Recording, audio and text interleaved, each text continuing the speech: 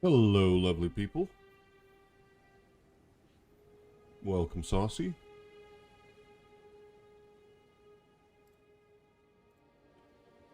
So, let's see. Um, Last time, what did we do last time? We were kind of going all over the place. We talked to D. Hello, Pietro. We talked to D. We looked at some of those who live in death. And what else did we do? Oh, Margit. Yeah, I think I want to go into Stormvale now, even though there's still plenty of stuff to do in Limgrave. Just because my mind is on the Storm and the Banished Knights. So I want to think about them. But maybe we'll start with this Tibia Mariner since we're right here already. That would be worth looking at. Hello, Tazo. And one of the things which I still, when we get to the Shadow Realm, I want to look at this more carefully. But I did take a picture of this,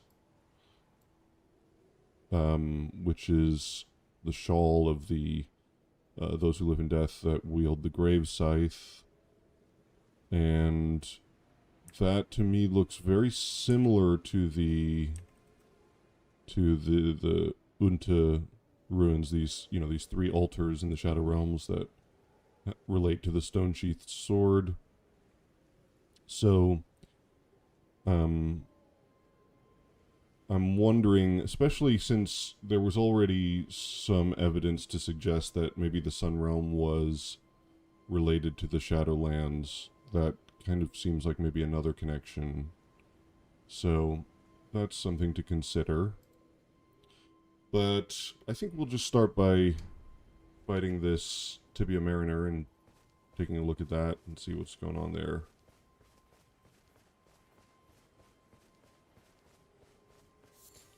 After all, this is Sherlock Bones, so, I gotta focus on the bones. So there we have some Deathroot. Let's just take a look at that. Scaly, there's an eye.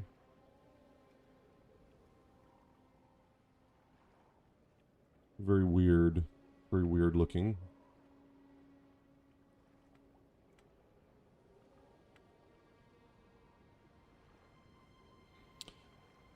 Sort of twisty.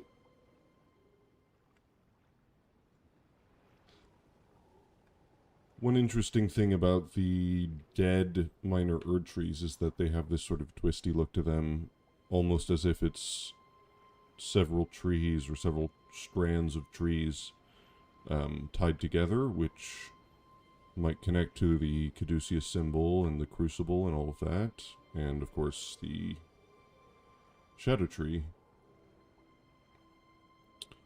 Welcome of No Renown. Still catching up only on part 3. Yeah. Well, this is there isn't really a strong progression with this playthrough, so you can hop around as much as you want. So these are Godwin's eyes, and I believe, although Godwin's corpse in the Erdtree roots has eyes in the socket, the one under Stormvale does not.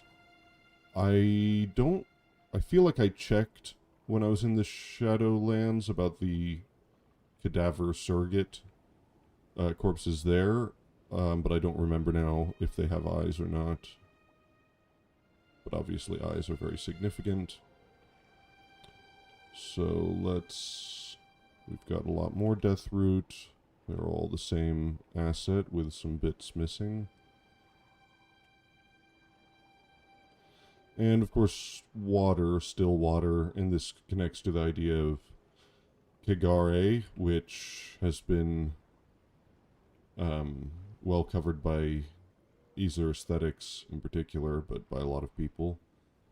Um, this idea that still water is sort of a bed for um, disgusting things, for bad things, for curses, whereas flowing water is good. Why does Godwin need to spread his eyes everywhere? That's unsanitary. um, yeah, it's interesting because an eye would naturally be is an eye would naturally be would suggest some kind of consciousness, some kind of symbolically at least, like having your eyes would suggest that you are seeing, that you're aware. So I wonder this is if there's something important about that with the eyes. And the pupil with the golden ring, which could be an eclipse. I wonder. I mean, we have this association that grace is found in the eyes, and we have the iris of grace, the iris of occultation in the DLC. So if you have an eye where it's just a ring with a black center, is that related to the eclipse? Is that indicative of something? Or is it just a cool design? Well, let's get over towards this Tibia Mariner and take a look at him. Red flowers. I was going to keep track of the flowers, and I sort of forgot about that. Red flowers. For real, though, it is an interesting idea for him to be watching everything kind of like Gideon does, though for what purpose I wouldn't know. Good evening, my Joe.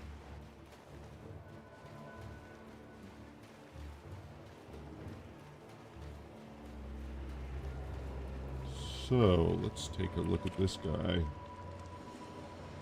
So, red is kind of an interesting color here. And he's using a giant horn. So we have a lot of associations of sound being able to call spirits. We have the spirit calling bell. We have the ancestor shamans singing and stomping the ground. And we also have the Albinarics in the Mogwin dynasty using a similar... I'm not sure what they use, actually. I'm going to have to check that out. But they use something that is sort of horn-shaped to summon the giant skeletons. Could he perhaps be keeping track of potential champions? I mean, it may not be that he is actually, watching and waiting for anything. It could be just that he's, his body is alive and he's just sort of trapped in some horrible existence. Without the ability to do anything. So,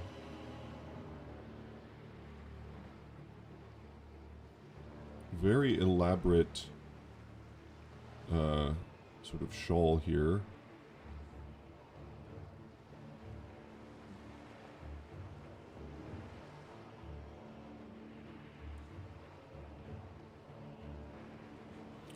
Got floral designs, which is not unusual.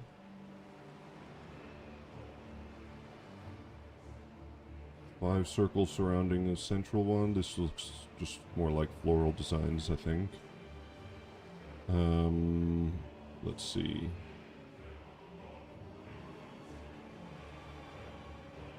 And this is the sort of figure that we see.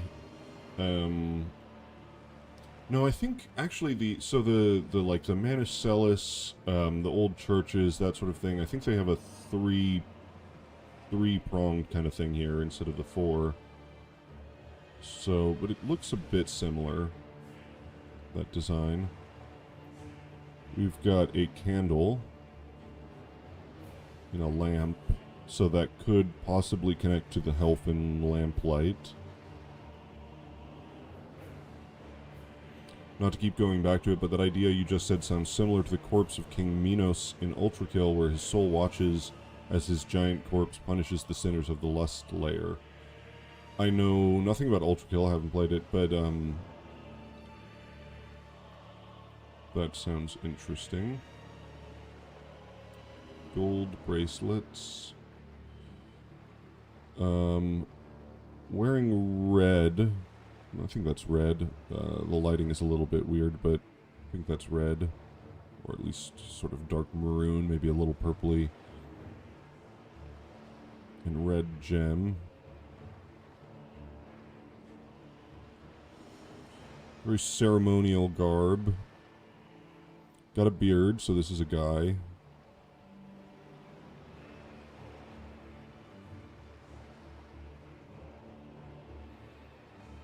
And of course, it's a boat, which is interesting, so that connects directly with the idea that Deathroot is growing out of these pools of shallow water. Hello, Cecilia. So it's a spectral boat. He himself is not spectral. That may be relevant, although it seems like the spectralness... It's kind of starting spectral and then going up into more solid, because this part of the boat is more solid, so that may not mean anything.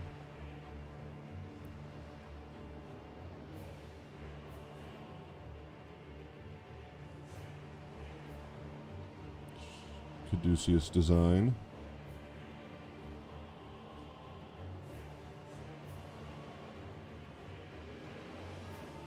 A Caduceus design sort of tying together two rings, two crescent moons maybe? I wonder if that's a moon, or maybe even an eclipse with, could be flowers, could be, it's the same plant pattern as on their,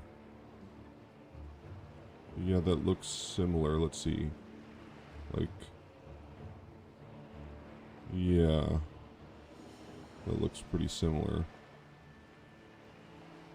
Yeah, there's that leaf and then the second leaf.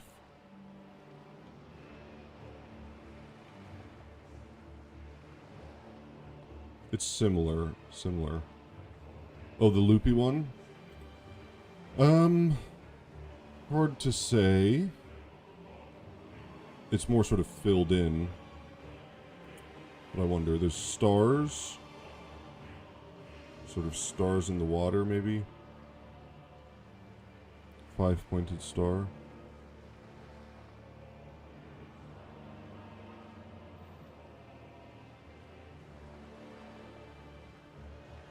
So we have lots of connections between water and death. Obviously the Tibia Mariners being one, and Deathroot growing out of these sort of shallow water. The four-leaf motif is also in Raya Lucaria, if I'm not wrong. Okay. I'll have to take a look at that. I might go back to the Church of Ella just to confirm, because I think it's in there. But besides the Tibia Mariners, we also have... oh, I should actually take a look at when he does that attack. We also have the Spirit Jellyfish. We have, of course, Godwin's body with the fish tail.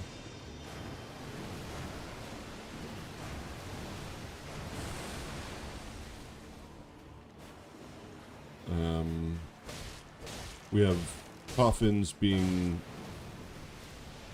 sent down the rivers in the underground civilizations. And just before Godwin's surrogate corpse under Stormveil, we have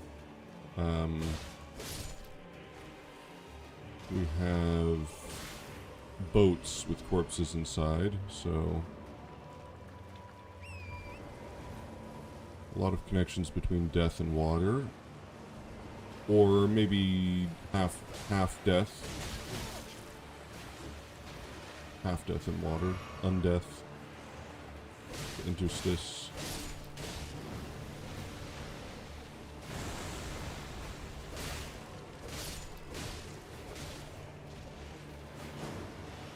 I want to see that one move that he does.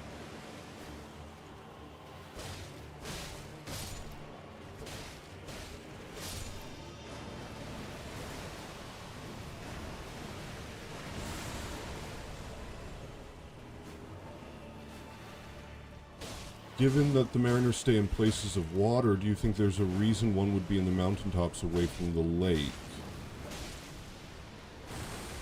That's an interesting point. Do all the others appear in pools like this one?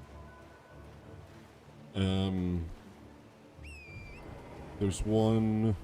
Let's see. There's one near the...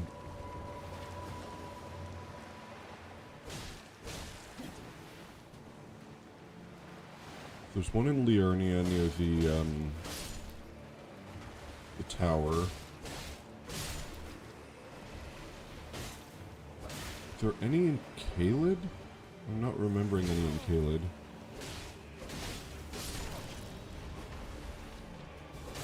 Oh, there we go. Let's see that. So that does appear to be Ghost Flame. There's one in Altus. Where's the one in Altus?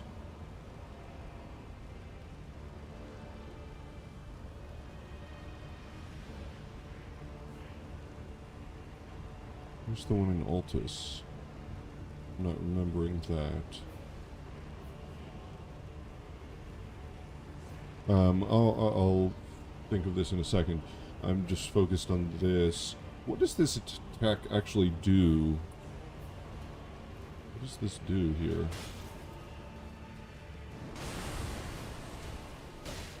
Well, that's just a big attack. Okay. So it doesn't really do anything. But it does seem to be Ghost Flame. And just disappears like any other enemy. Okay. Oh, Wyndham. Right. Wyndham Ruins, yes. Right. Okay, so let's just grab this. We've got a smithing stone. It's just on a commoner's corpse. And we've got some Trina lilies here. And anything else that's interesting?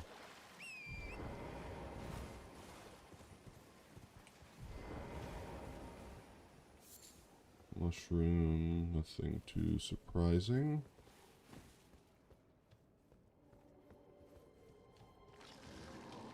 And these guys still come back.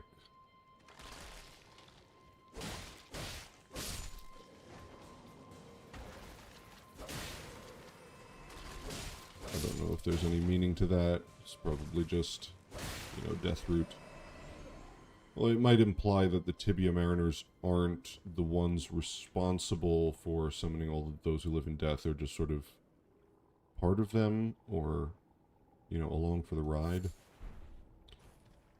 Mushroom. Let's take a look at the new items. So, Skeletal Militiaman Ashes. Ashen remains in which spirits yet dwell, used to summon the spirits of 2 skeletal militiamen. These are the spirits of militiamen who live in death, and will continue to rise again until properly finished off. This is the grotesque fate of those who come into contact with Deathroot. And Deathroot is a source that gives rise to those who live in death. The Beast Clergyman is Malekith. Collects and devours these roots. On the night of the dire plot, the stolen rune of death enabled the first death of a demigod. Later, the rune of death spread across the lands between through the underground roots of the great tree, sprouting in the form of death root.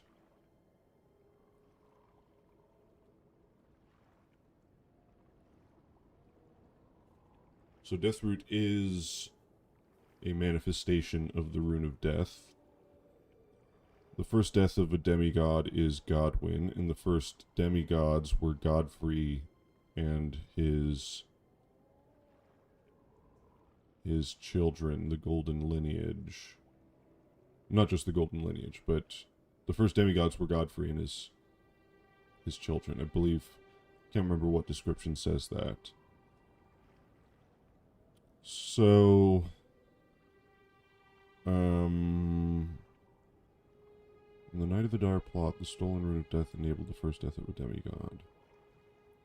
So the rune of death manifests through these roots by traveling through the roots of the great tree, which again brings us back to the Erd Tree, Great Tree issue. But what does that do? So it makes the... They were an army, first of all. We've got militiamen, we've got soldiers with swords and shields. So the fact that they're militiamen implies that this was not just random bands of people. They were some... Now, they might not all be of the same culture. They could be of different cultures. But that could imply that the fact that they're militiamen, that could imply that they are of the same culture. That they're all part of the same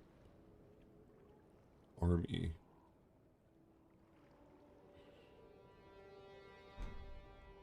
And so Deathroot,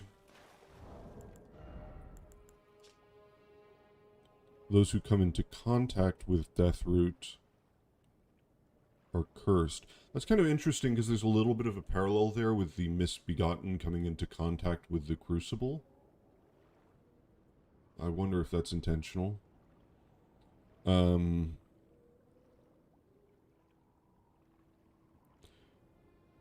what does it do to them? So the sort of the grotesque fate, it's a fate. And that's sort of odd because the rune of death, this is destined death, this is the fated death. So you'd think that if you come into contact with the rune of death, you would just die. But instead it actually makes them live. It makes them keep coming back to life. So that kind of tells us a little bit about what the rune of death does. That it isn't just about killing someone.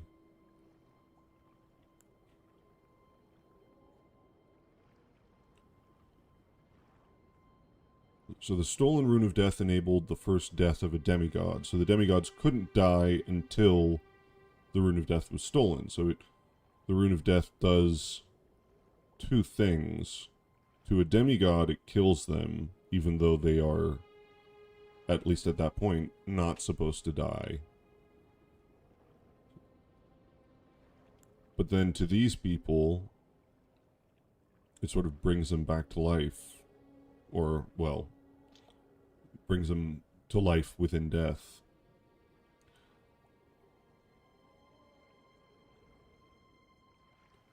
So that's odd. And this is their fate. Their fate is to continue to rise again until properly finished off. Now, there could be multiple interpretations there. I mean, one could be that, you know, Ronnie stole a fragment of the Rune of Death. She didn't steal the whole thing. So maybe that's why they live this sort of half-existence.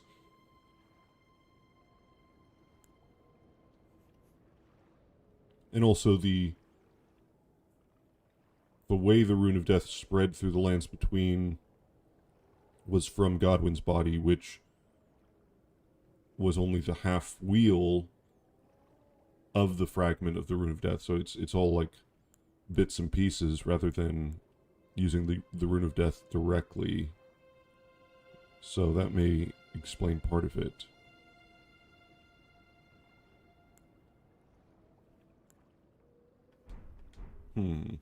Okay. They summon some of them. Those summoned by the Mariner have red eyes. Oh, that's a good point. Yeah, the red eyes. Red eyes. What did we find? We found that so we have demi-humans at night have red eyes. The Leonine Misbegotten at Castle Morn had red eyes. Did we have something else that had red eyes? I can't remember now. Anything come to mind in terms of tying this into the two death birds? The two death birds. Are you talking about specific death birds, or do you just mean the death birds in general, or do you mean the twin bird? Because we do have in Altus a place where there is no Tibia Mariner, but there are those who live in death, and there is a death bird, and there are also some of those skeletal snail things. And those who live in death have golden bones and fly, which is very weird.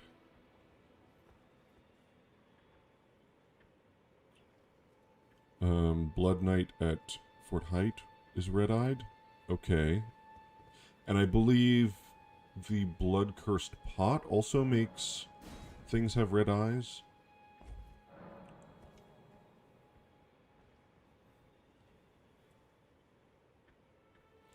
Don't know about the Deathbirds, but the tibia seems tied to the Hornsent culture somehow. Boat has double helix decoration. Yeah, and if the Tibia Mariner is related to those who live in death in terms of they all come from a common culture, that would then also tie in with the Sunrealm shield being possibly connected to the Shadowlands and that spiral design on the shawl of the Graves. I mean, the Grave Scythe wielders, they summon rancor spirits. They seem almost kind of similar to the Tibia Mariners in a way. Spirit calling of some sort. I said Deathbird because I associate them with that sort of era of death, but I'm probably talking about the twin birds. Yeah, as far as we can see, there's no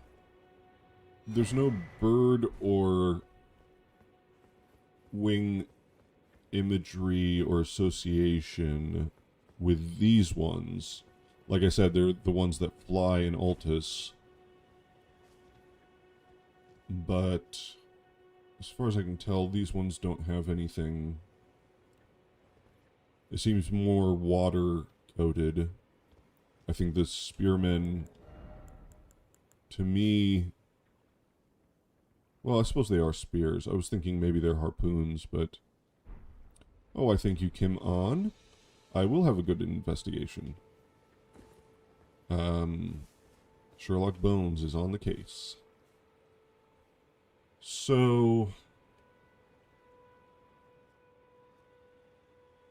Welcome, Uncensored Maverick. Crunchy, I never heard you talk about Promised Consort. What did you think of him as final DLC boss? I liked him a lot. Yeah, I think my impression was generally positive. Probably a lot more positive than most people, based on what I saw. I mean, there's two aspects to it, right? There's the lore, and then there's the... we'll go do all that Caled stuff later. I'm just going to go down to the church. There's the lore, and then there's the gameplay, and I probably have a different view than a lot of people on both of those points, in that the lore, you know, there was really no indication of anything regarding Mikola and Radon, but, I mean, everybody was saying, before the DLC came out that like we were missing all this stuff about Mikola. He was a big mystery. So the idea that that's pretty cool. The idea that we would get a bunch of information about Mikola and wouldn't have any idea, about it beforehand. That seems pretty normal. And also, nobody really thought of the question, which in hindsight seems really obvious, like, if Mikola was trying to become a god, who would his consort be? I don't think anybody really addressed that question except for maybe Cosmos. But I think had we been thinking about that question and discussing it, well before the DLC, then I don't think it would have been that crazy. It wouldn't have seemed that crazy for it to be Radahn. I mean, someone would have floated that idea. It's just that the question was never really considered. People assumed it was Godwyn. I don't think people assumed it was Godwyn. I don't think anybody was thinking about who the consort would be. I think if that kind of question came up, it would have been, maybe Moog. And in a way, it was Moog. So, we weren't too far off there. But I just think that that question was not really asked. And then as far as the gameplay goes, I always prefer the gimmick fights over the action fights. So the fact that he was just, ridiculously powerful and, I just got a great shield and tried to tank everything. I didn't try to play it like a roly ninja or anything. And I enjoyed the feeling of fighting a ridiculously powerful dude who is just way more powerful than me. Because he was a god. So, to me, that was fun. Really, my only complaint was that it started to tank the frame rate, but other than that, I enjoyed it a lot. So, let's do a couple things here. Let's read this. Wondrous Physics. So, a relic of the physic chemists, priests of the Erd Tree. Harnesses the powers of crystal tears, which only form after the passage of many moons. Many moons is interesting. I wonder if that's intentional. The different phases of the moon could represent different ages. You have Renala's full moon versus Rani's dark moon. As if these are, it's sort of going through its different phases. And then previous to Renala, maybe the Snowy Crone's dark moon. Or the Noxtella's black moon. So that could signify something. Moons being different ages. Physic chemists. So obviously there is a connection with the perfumers. And the perfumers visually have a similarity to the Nox. They have a similar sort of headdress.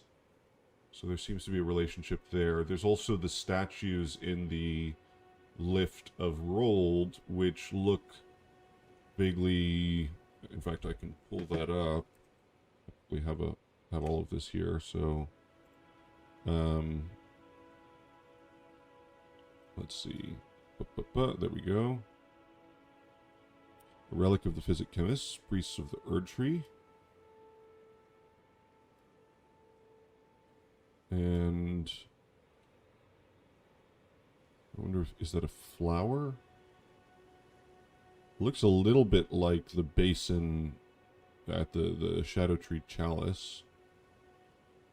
But yeah, so we've got perfumers here, and they've got this white headdress, which is pretty similar to the Nox headdress, which in 1.0 said it was a hood worn by members of the Empyrean family. And then we have these guys at the Grand Lift of Rold. They've got that same sort of apron that you see with the perfumers, the different perfumer outfits. And they have a basin, so could indicate a similar thing. And they have this branch, which is kind of interesting when we consider the Deathrite priests, and also this symbol, this statue, the bald monk, and also maybe these guys. So a lot of potential connections there.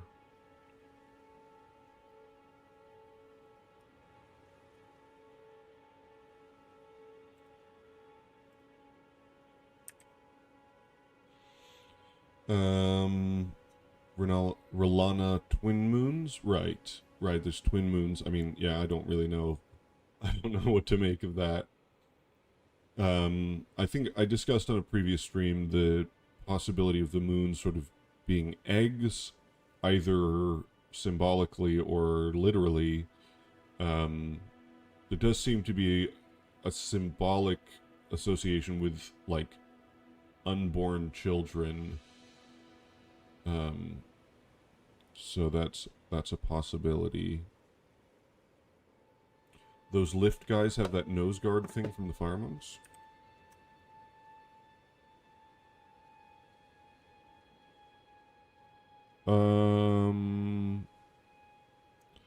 Is it a bit different? Let's see.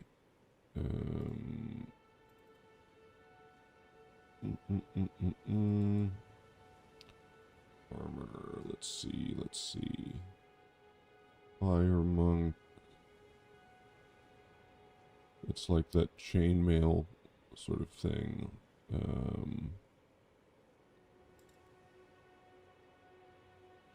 It's pretty similar, actually. That wouldn't be a crazy idea because... Let's see.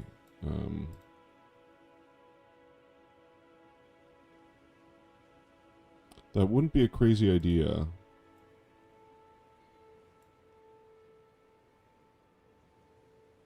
That wouldn't be a crazy idea because the Flame Guardians at the Guardians Garrison have the same masks as the Erdtree Guardians, the ones who have those sword spears. So there does seem to be this connection of, you know, the Erdtree worship having its roots in something fiery. Pun intended. I wonder if moons are mechanisms for rebirth similar to Selen's primal glintstone. Both are womb-coated. Yeah. Mechanisms for rebirth. I don't know, there's so many odd things. There's a connection to wolves, there's a connection to the Carrions, to the Nox. I mean, moons, they sort of have their tendrils in a lot of different places, so it's hard to say, you know, and what, with this rebirth or unborn quality, if that's a real affiliation with the moons, then what does it mean for the Nox to have had a black moon that shattered, and, you know, they fell into despair, and they went against the greater will, trying to birth a lord. That's a good point. Yeah, they were trying to create a Lord of Night. Maybe that's related? Curious. We already saw one of these. Sacred Blade. Nothing particularly interesting there.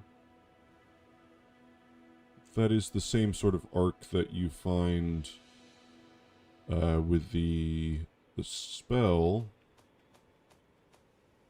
Oh, I don't have it. The Glintstone Arc spell, and then also the Golden Arcs in the DLC. So, arcs. How is Selen's primal glintstone womb-coated? Yeah, you can see like a fetus inside it. Yeah, exactly. Trees and fire have a weird relationship in Miyazaki's lore. On so many instances, they are intertwined, especially in Dark Souls. You see the first flame travel through tree roots in the intro.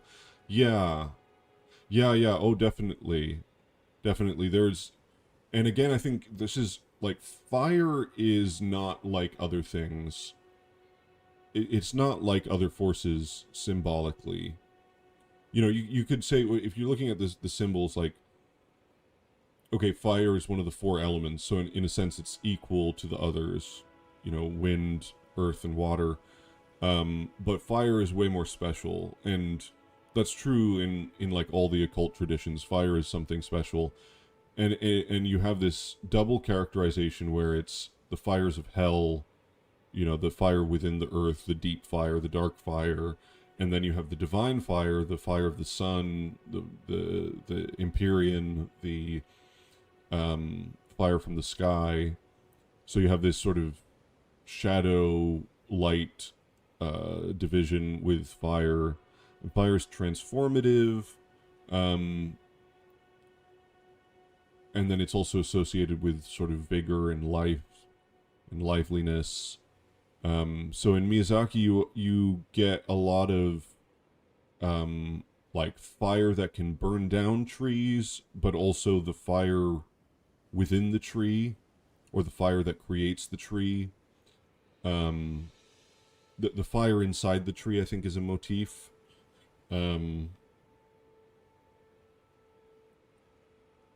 And, you know, thematically, the implication there is usually this thing about, you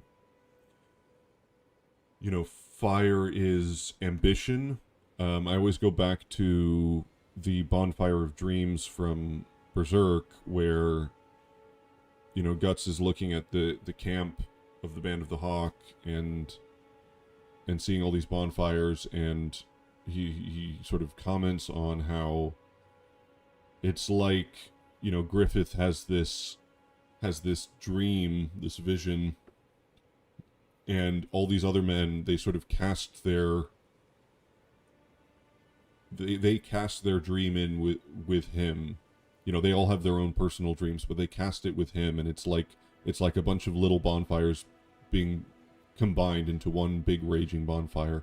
So it's this theme of like fire representing ambition and a vision, and there's a sacrificial element to that because fire burns, so you have to have fuel for the fire. And then of course, untrammeled ambition can burn down the tree of life. But maybe you need that initial. If there's no fire, then everything becomes dead and poisoned and decrepit. So it's that same idea, I think, of, you know, the fire that spawns the tree, the fire within the tree, the fire that's the seed of the tree, but then also fire can burn the tree down if it goes out of hand, which is kind of the, you know, the flame of frenzy idea. That's the only ending where the Erd tree actually burns down rather than just burning the outside. So it's sort of the difference between burning dead wood versus burning the tree to the ground.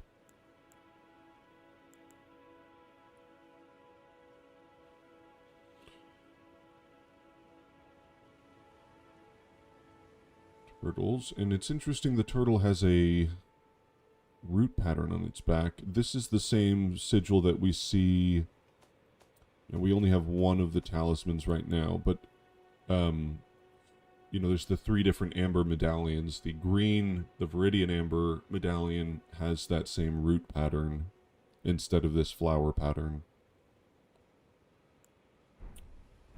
Okay, what if the red primordial matter that became the Erd tree was the flame of ruin itself? I'm not sure how to prove that, but I'm sure you are, Crunchy. Go ahead.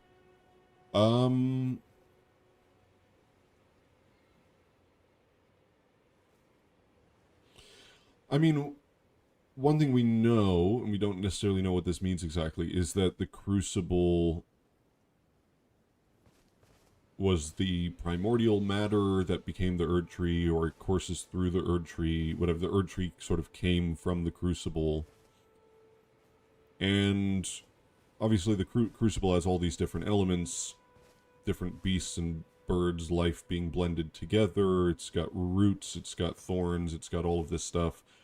But a literal crucible is something that requires a flame, right? A crucible is like a little stone vessel that you put ore in and heat it up super hot so that you can sort of, create alloys or separate things apart.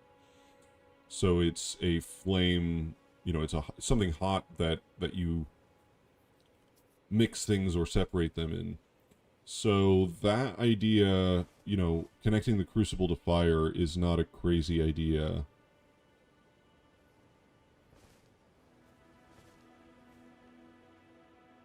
Which would then it would symbolically be that, like, the fire that creates the tree.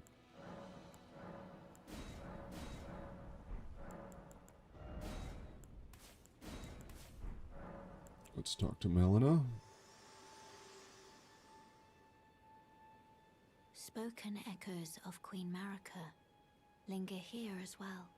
Shall I share them with you? I'm interested. Very well. In Marika's own words, my lord, and thy warriors, I divest each of thee of thy grace. With thine eyes dimmed, ye will be driven from the lands between.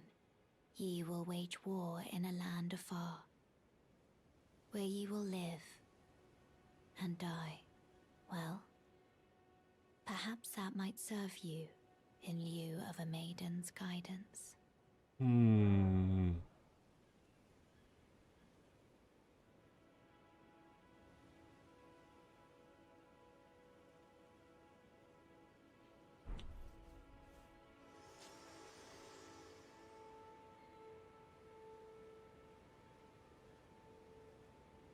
So odd, because we seem to get this. There's a culture of the Crucible which exists prior to Marika's sort of ascension, and Godfrey seems to emerge out of that culture, and then, we have this affair which birthed Gold and Shadow, and that seems to be associated with Grace, which comes from the Erd Tree. But then Marika decides to remove Grace from only certain people, only Godfrey and his warriors, and to drive them out of the lands between and let them die, grow strong in the face of death, and then Grace will be returned to them, which is also odd because it seems like the reason Grace is returned to them is because no one becomes Elden Lord. None of the demigods become Elden Lord, which sort of means that she anticipated that, or at least whether she was happy about that or not is not clear, but it seems like she at least anticipated that. Unclear whether she is literally controlling the Grace or whether she's just saying that this is what's gonna happen. But the Iris of Grace kind of suggests that she is the one who bestows grace. Would add an interesting thematic between causality and regression if the Erd Tree is constantly had to be ignited for it to be reborn. I mean, it would make a lot of sense for Miyazaki to do things like that. Who was the first Albinauric and why was it Mikola? I don't think the first Albinauric could have been Mikola if he was an Albinauric, because we have Gaius. And that seems to be... I guess that's debatable. I guess it's debatable when Mikola exactly enters the scene.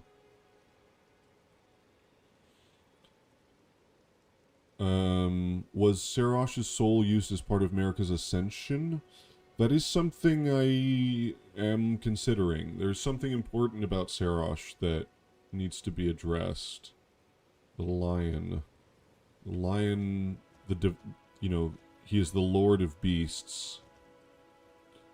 And so there's this obvious connection with the divine beasts who are from a higher sphere delivered, and they are messengers of the heavens, and beastmen worship the dragons in Faramazula, and Faramazula is where the Elden Ring is, and there's a little statue of like a little girl surrounded by wolves, or maybe a little boy, it's kind of hard to tell.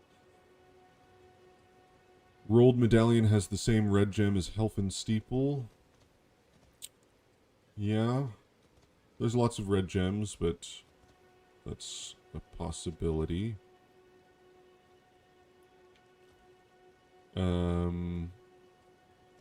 I was going to go to Stormvale, but I think let's start looking at this stuff with Kenneth Haight.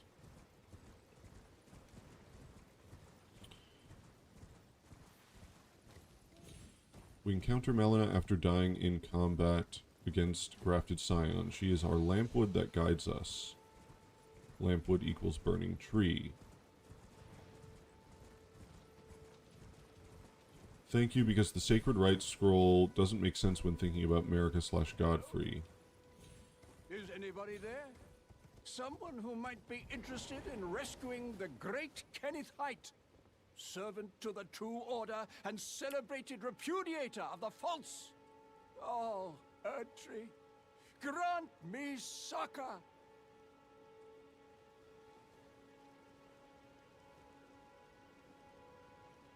Hello? Is anybody there? Someone who might be interested in rescuing the great Kenneth Haight, servant to the true order and celebrated repudiator of the false. Oh, Erdtree, grant me succor.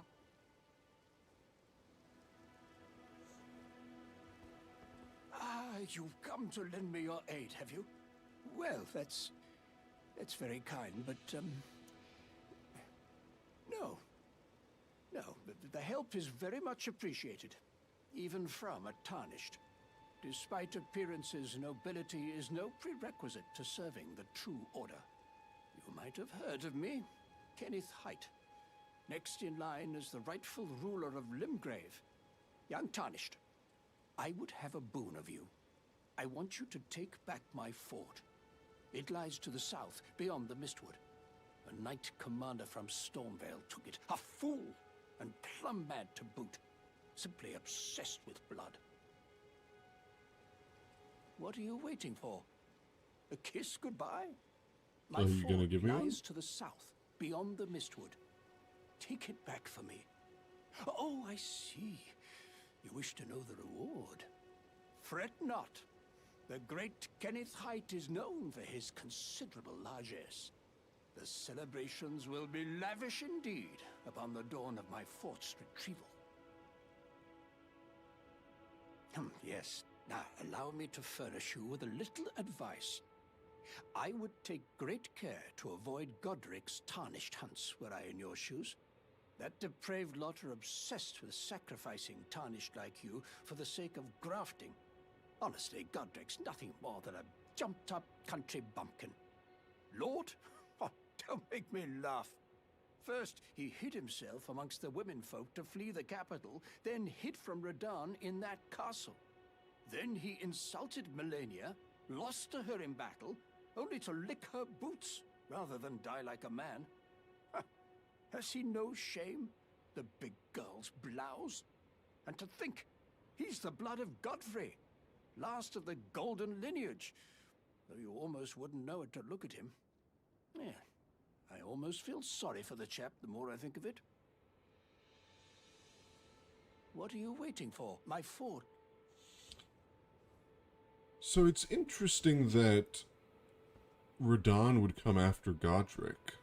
Why should that be the case? What does Radahn have against Godric? I mean, besides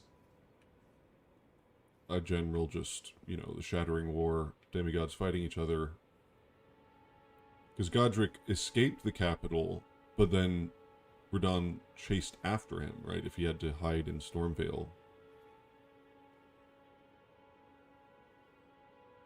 Why would Radahn be after Godric?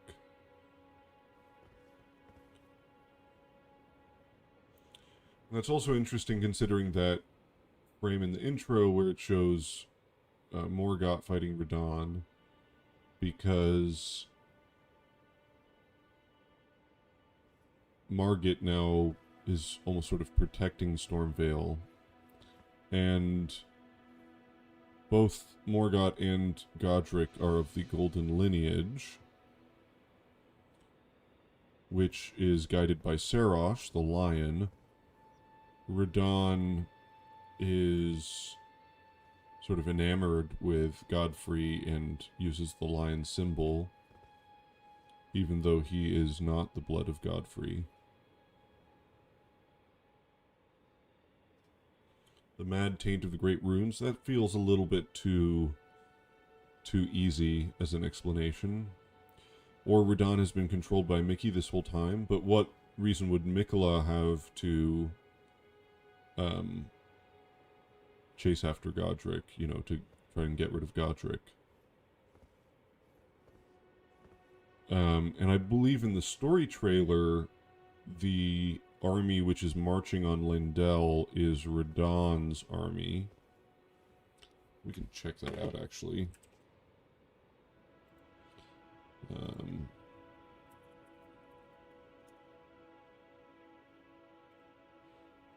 Peggy.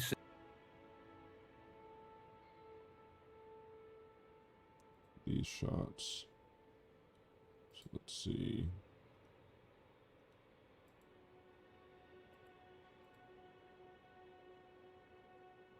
No, that's Godric. My boy. Those are Godric soldiers. Right? Hold on. It's the lion, but it's a different lion.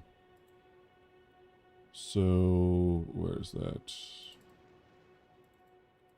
Armor. What does the Radahn soldier armor look like? That's interesting.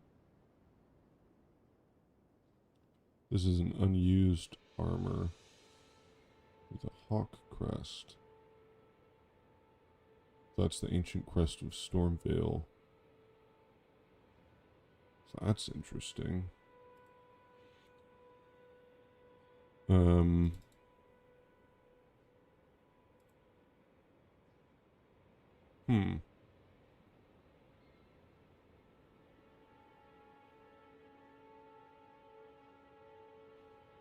Where is Radahn soldiers?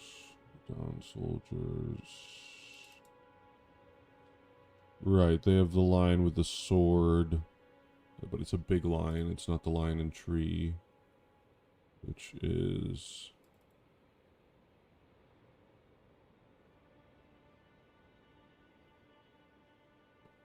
it's an interesting sigil. Did I miss it? I must have missed it. Or it's just like the regular surcoat. Oh, there we go. Beast and tree surcoat. Yeah, so these are definitely Godric soldiers here. So Godric's army?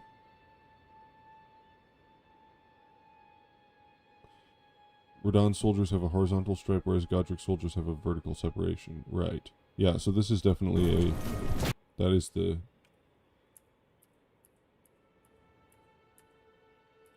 That is definitely a Godric soldier there. So Godric's army marched on Lindell.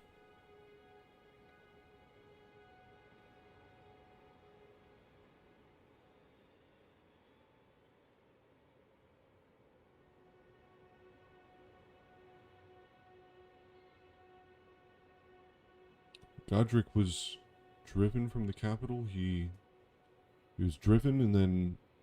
What, he marched on the capital afterwards? Or before?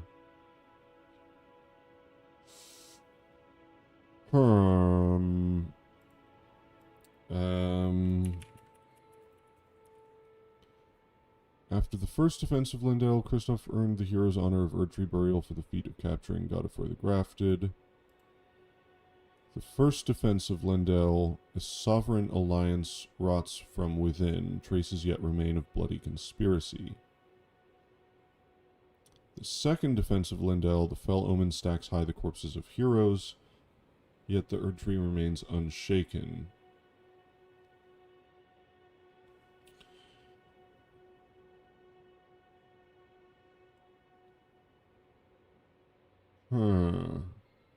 Unless Godric took over those forces after this. Right.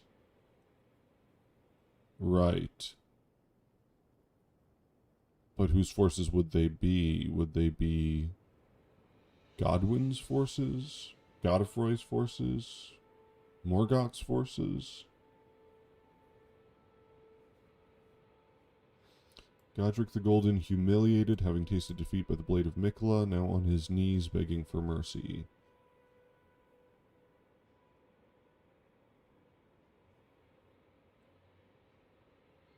Yeah. Okay, interesting. Interesting. There's the moon. Oh. Did I just make the moon disappear? Whoops.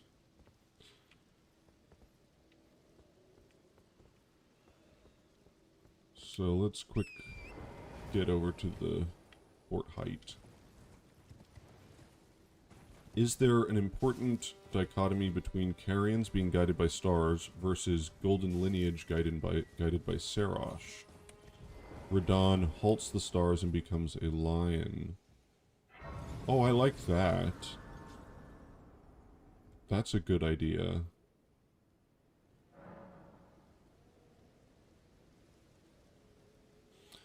And the Golden Order fettered the fate writ in the night sky.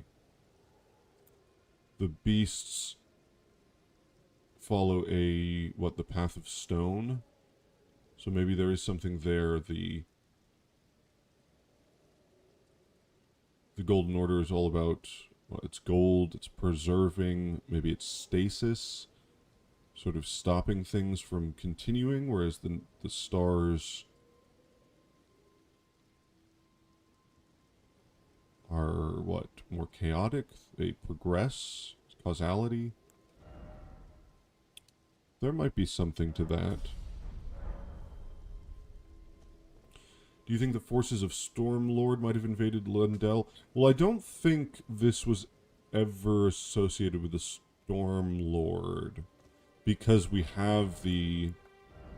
well, I guess I don't have the... we'll get to Stormvale, but the ancient crest of Stormvale is this hawk crest. So I would assume that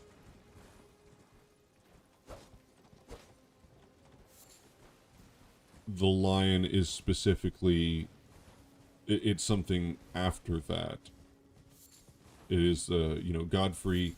There's some hawk dude, maybe it's Ornis even, who controls Stormvale, and then Godfrey sort of takes over.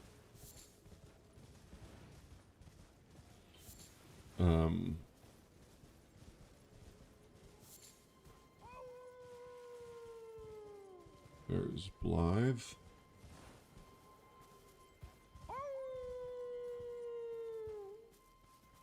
And what is he actually howling at?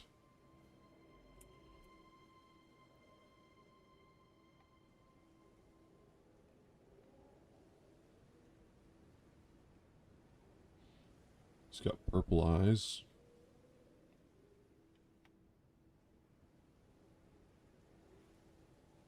He's looking eastward.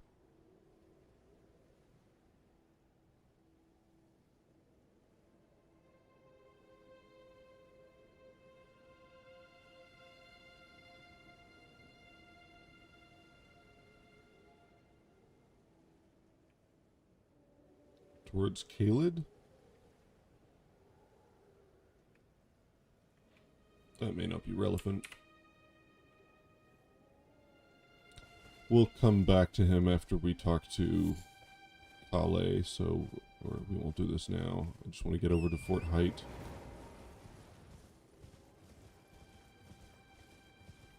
Might as well grab the map while we're here.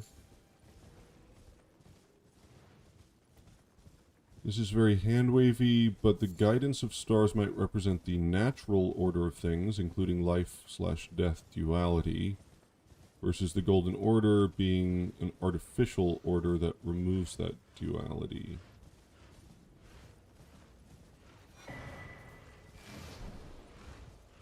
Yeah.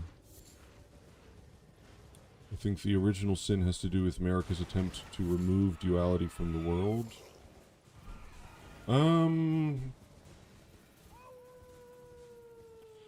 I wonder, because the story trailer for the Shadow of the Erdtree suggests that, like, gold and shadow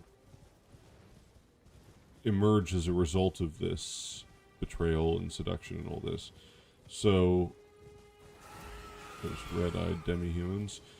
That wouldn't seem anti-duality to me.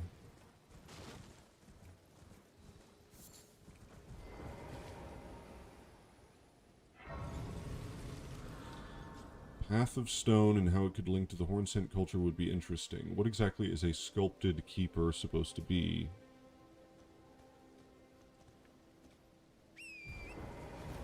Good question. Good question. Also, stone...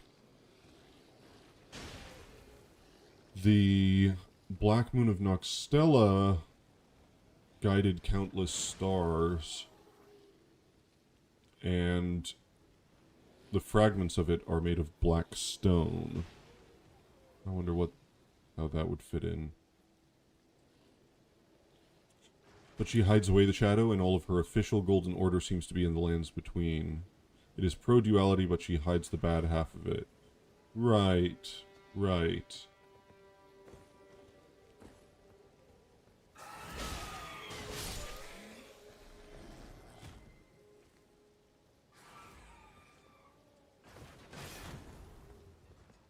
Right.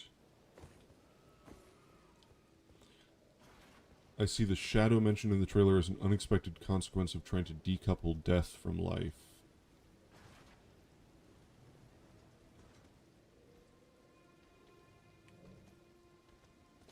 If gold preserves things, and shadow is the opposite, the mirror image, the thing created from gold, what does that imply shadow does? Shadow is...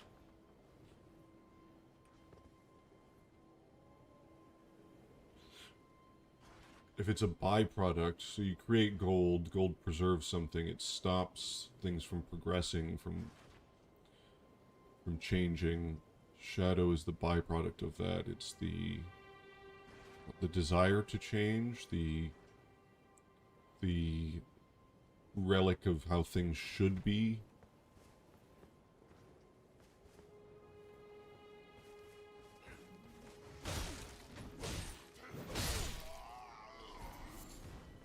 Shadow seals away the entropic force. Or maybe it is, yeah, it is the entropic force. It is change itself.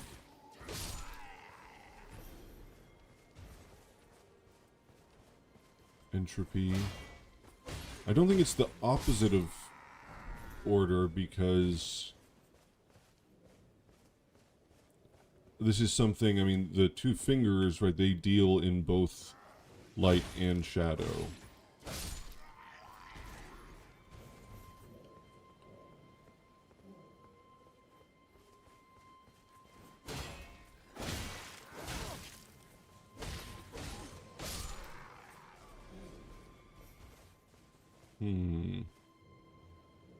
With the express purpose of saving her people, I think she didn't expect the Erdtree to eventually wither either, which led to the Golden Order delving into the nature of causation.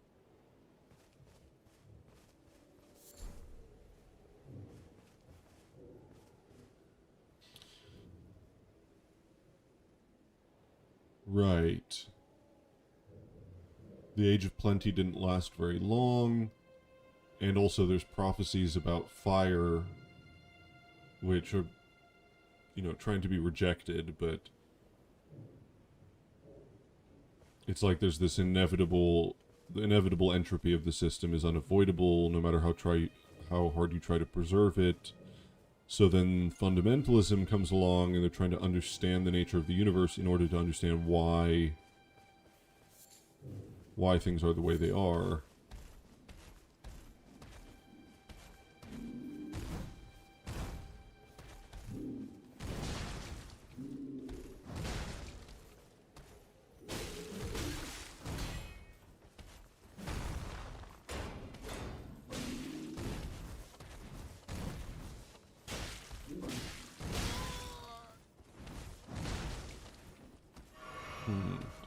The Erdtree wasn't getting enough life essence, so the death rituals had to be stopped.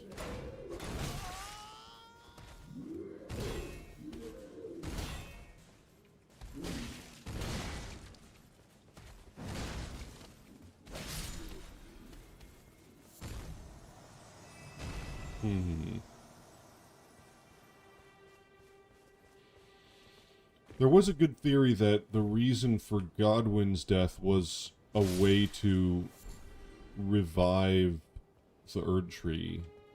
By killing a demigod and placing him at the roots, this would revitalize the Erdtree. Which is a nice thought. And then that's why everything goes haywire when he isn't properly killed.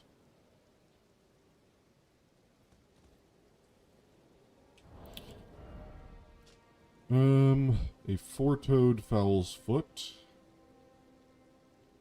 Similar to the sigil on Melina's eye. Having 3 digits is seen as a bad omen. As such, the four-toed fowl's foot is a gift of great luck indeed. 3 because of the 3 fingers? Or is the 3 fingers just one manifestation of the problem of 3?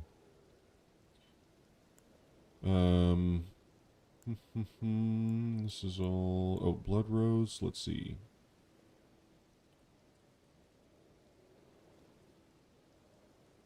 Particularly beloved by those who serve the Lord of Blood. There's a lot of love themes related to Moog and the Formless Mother.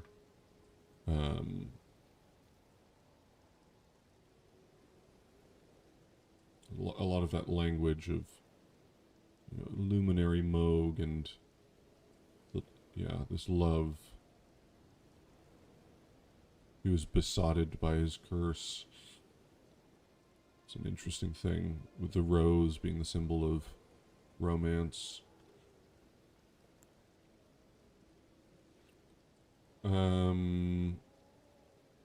Related to this, I have a question about births. Go ahead. Crunchy, I 100% agree with that theory. I think Ronnie took advantage of Godwin's intended death to save the Erdtree to end it all. Right, that's a possibility. I left that Godwin theory in your comments a while ago. Not sure if I was the first, though. America threatens sacrifice to the demigods. And that would kind of go back to the connections I was drawing between, for example, the smoldering branch people, the guilty sorcerers, which talks about sacrifices, producing red glintstone from the blood of sacrifices, and then that kind of looks like the rolled statues, and maybe that's related to the physic chemists.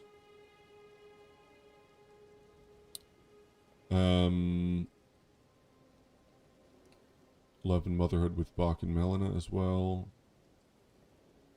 Yeah, it's the themes of love are all over the place. They're not just with Moog, but it's odd that there's like this, roses, and there seems to be a particular, maybe lust more than love, or something. I don't know, it's a particular manifestation of that theme. Are Radigan and Renala's demigod children also born via Erdtree birth?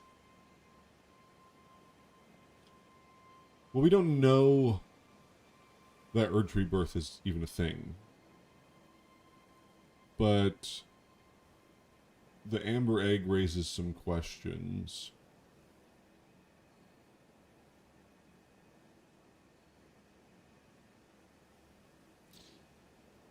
There are a lot of questions. I mean, the main questions, you know, there's the symbolic layer and then there's the literal layer, and it's oftentimes a matter of parsing them.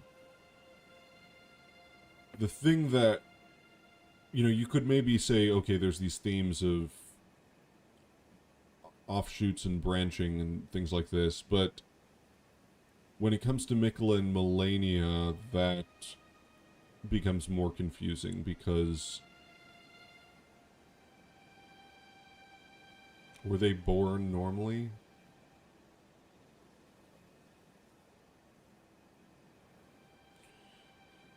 I don't know.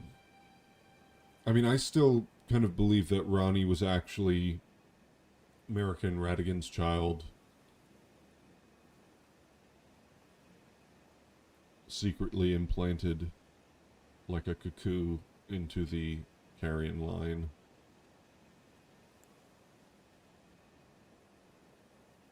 It's a good question, though. When the Elden Ring was shattered, these seeds flew from the Erdtree, scattering across the various lands, as if life itself knew that its end had come. And not just the lands between, but outside the lands between, because this can be one of our starting gifts.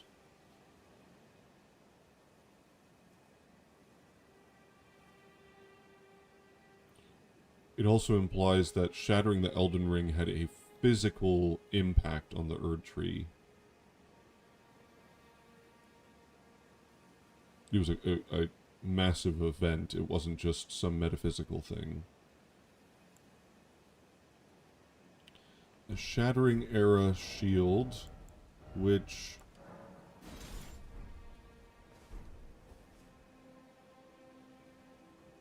looks like a serpent? Is that a serpent? That's a snake, right?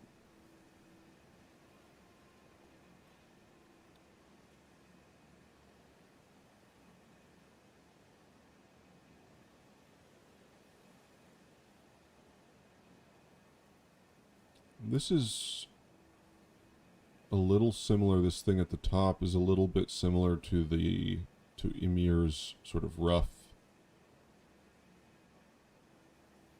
Got 6 being an important number. This looks a little bit like the Loretta shield. Is that what I'm thinking of? What am I thinking of exactly? Hold on.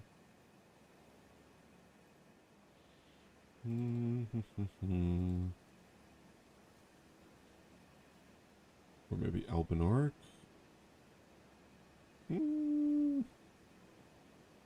That's different. Where's the Loretta shield? Loretta shield, Loretta. Did I skip it? Where is it? What? Is it not here? Oh, right there. No, that's not what I'm thinking of. I must have been thinking of the Albinoric thing, but that's actually different.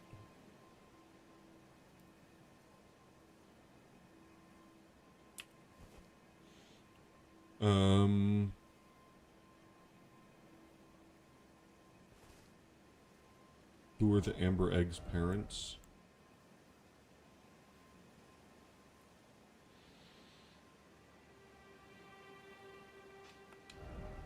Yeah, it's a good question.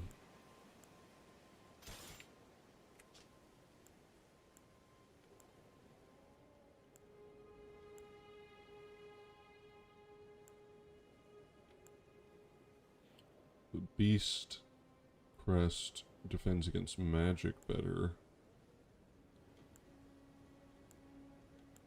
Eclipse is significantly better defending against lightning. This is good at defending against holy. Very bad at defending against fire. Holy and lightning. Do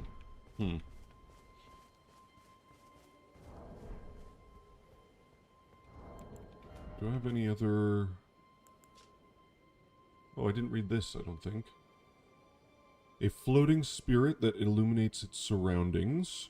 Prone to tears, the jellyfish girl searches for her distant home. Will bravely spew poison at foes on her summoner's behalf. It seems her name is Aurelia.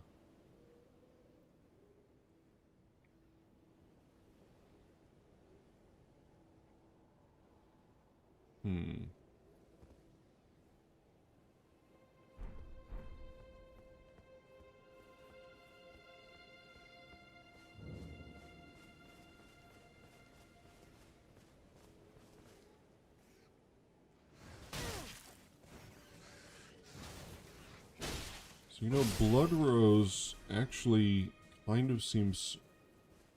It's this very bright red, which is not too dissimilar from the Eye of Yellow.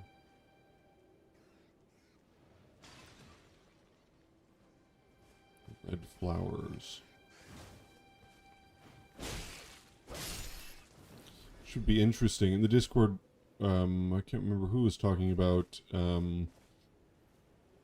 Yura's dialogue about the wretched worms leave me be, and there's cut dialogue where he says the worm-like writhing that plagues the back of my eyes is what, going to my brain or something like that, which maybe connects Frenzy with the swarm of flies or the eggs that are found in blood-tainted excrement, and the association with river blindness and Shabriri. It's an interesting thought.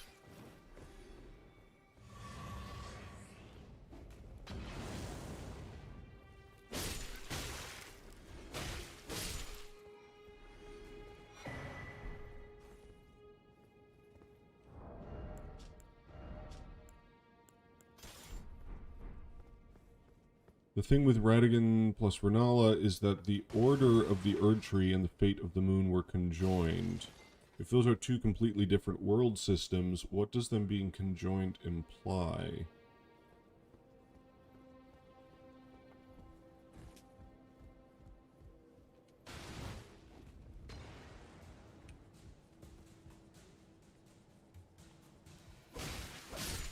Yeah, that's an interesting thing, because the fate writ in the night sky was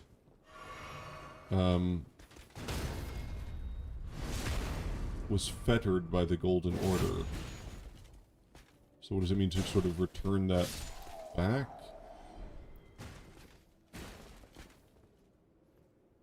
I don't know. Is Ronnie a good candidate as new god in virtue of that? Right, if it hadn't been conjoined, would she still be an Empyrean? Would she still be a candidate for godhood?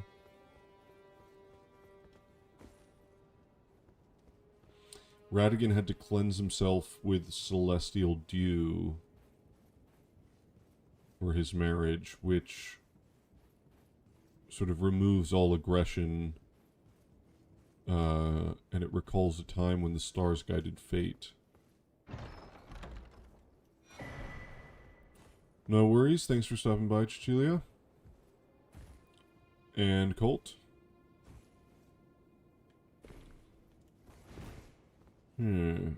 So, Fort Height. This is a lion sigil here. Not the lion with the sword, so this seems to be Godfrey, Godric, that affiliation. It's this same sigil. In fact, in this one. Okay.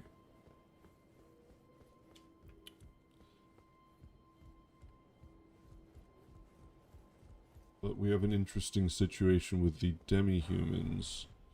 So, why kill the demi-humans? The demi-human queen here.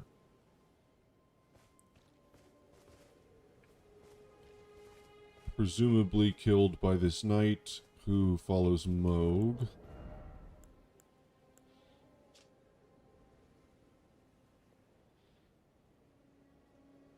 We have half of the Dectus medallion here, which is probably not too surprising. Bloody Slash. It's a Blood Oath skill granted by the Lord of Blood. So this Godric Knight somehow came into contact with Moog and decided to follow him. And as a result, this led to killing demi-humans.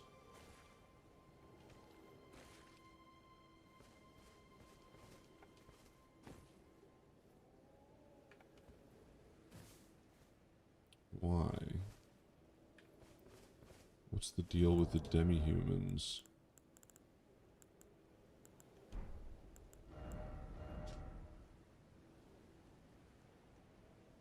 The demi-humans seem to have been the results of at least attempts to foster an alliance between, what, Raya Lucaria?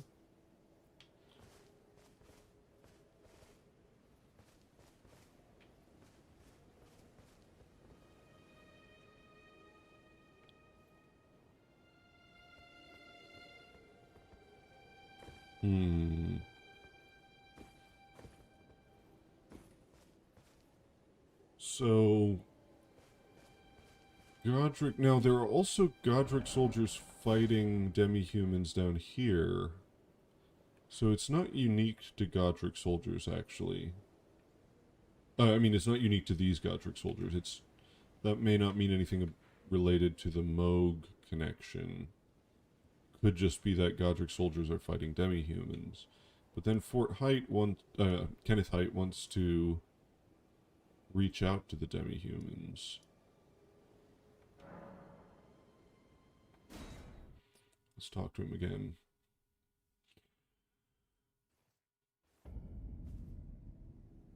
That may be interesting because if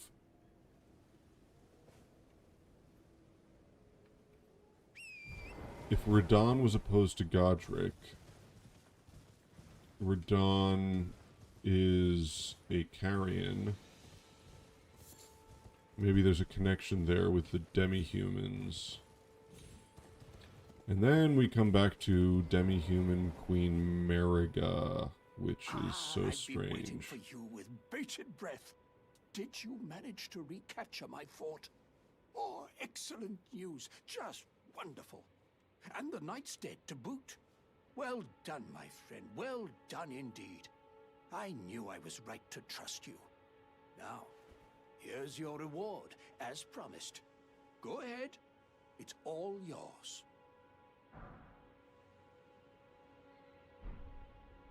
Right then. Time for me to head to the fort. I've much to do. First, I'll have to re-establish communication with the demi-humans. What's that look? You don't believe me? Well, under the Erd Tree, commingling with the demi-humans is made possible.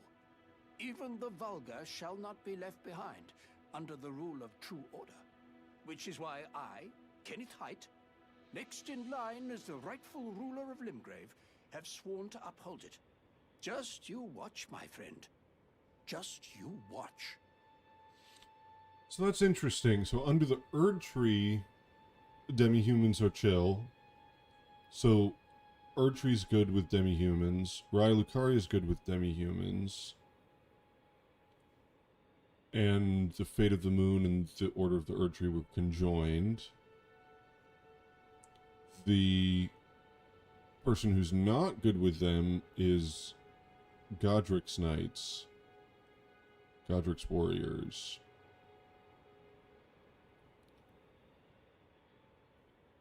And Godric had to flee Lendel. Radon chased him. Radon is a carrion, and Radon was a big fan of the Golden Order.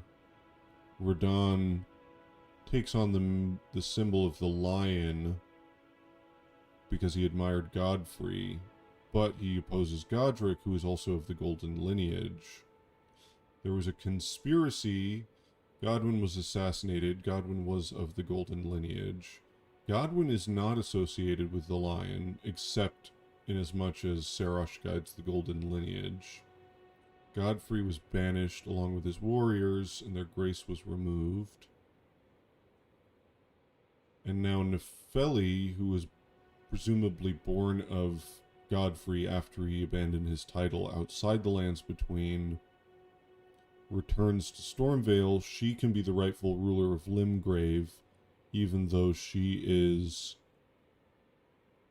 has no association with lions. She has an association with hawks, which is associated with the previous ruler of Limgrave. And then we have the banished knights and the exile soldiers, who seem to be associated with dragons and Placidusax, which would then connect to Malekith and maybe Sarosh via Farum Azula and the Storm. Oh, there's so many different pieces to that, but I can't really figure out what the implication is there.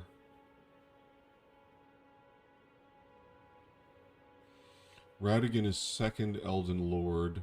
He's a Leal Hound.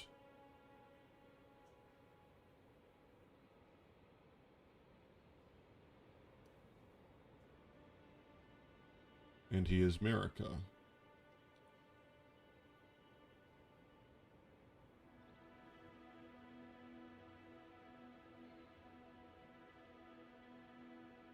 Godfrey fought the fire giants. The curse of the fire giants is perhaps red hair.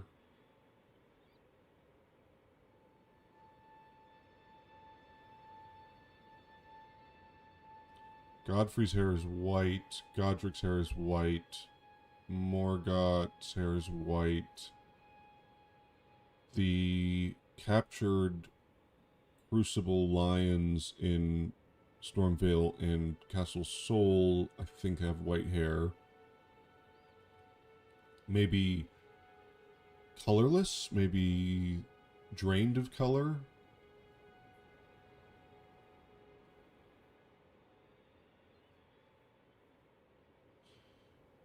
In the Chinese lore translation, from what I saw, the Sword of Night and Flame was to commemorate the marriage of Carrion, Renala, and Fire Giant Radigan. Yeah, which is not in the current game, but would also make a lot of sense because we know that the Fire Giants were allied with the Astrologers, so there would be a kind of nice symbolism there. Maybe Radon just found Godric innately repulsive, as Godfrey would, because he's weak. Right, strength befits a crown.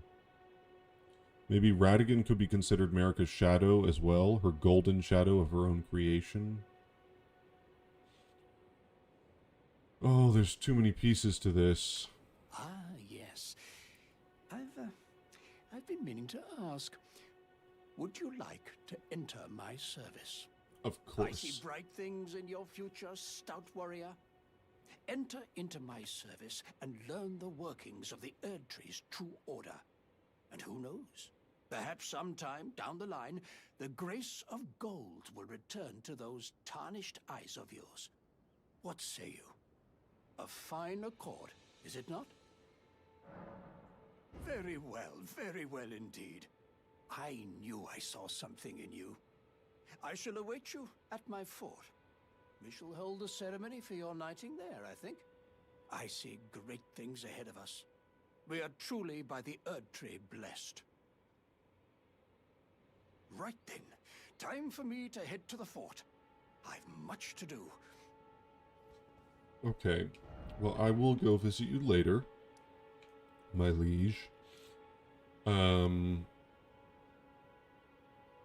First I'm just gonna get the snap from Kale so that I don't forget that.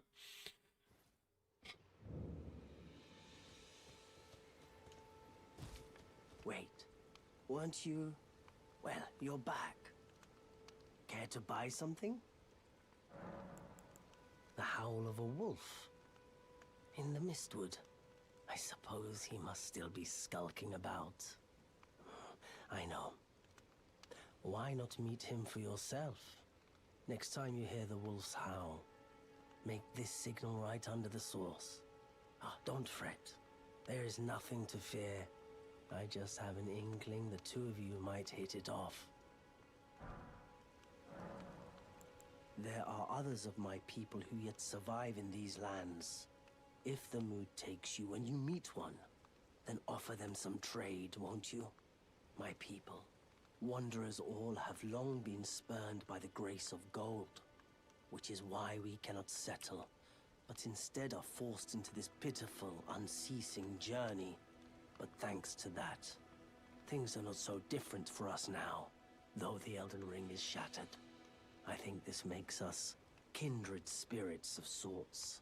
Your people, the Tarnished, and mine.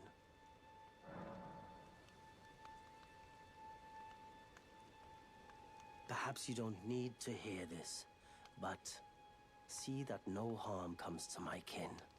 We have a saying, we wanderers. Lament not your solitude. Expect no sympathy, no regard, nothing. But if anyone dares harm us, show them no mercy. That is our code, so to speak. Just the way we are, deeply unforgiving. Unforgiving, resentment also associated with the misbegotten, and so that also gives us a connection with Frenzy and the whole Irina Hayeda situation and Edgar the Revenger and all of that stuff that we covered when we did Mourn. Interesting that he knows Blythe. I wonder if that could just be like whatever they met in Limgrave, but maybe there's more to it. I can't really think of anything that would relate there.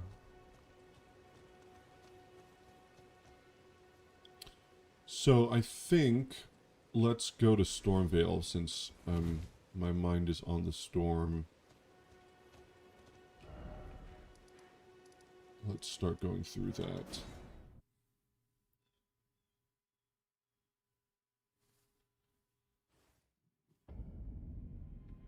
Stormvale Castle. Let's just take a look around first. So, oops.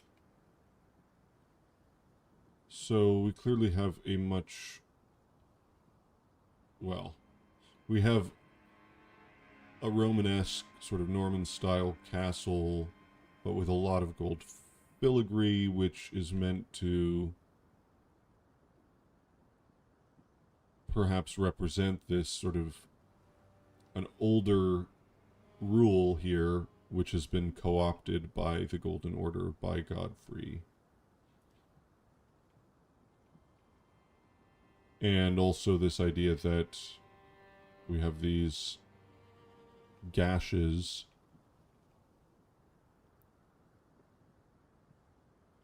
sort of sickly gashes, which some kind of curse which afflicts this place. The gold is reminiscent of the Erdtree casing, but not quite. Yeah, that's an interesting idea. The gold outer layer, the carapace of gold. Here we have symbol of the hawk, and then lower down the symbol of the tree. Now, this doesn't look like a later edition necessarily, so I wonder if that is intentional. The tree was still something that existed during this time. Maybe it's not the Erd tree, maybe it's the Great Tree, or the Crucible, or even the Helfin. Just throwing out ideas there.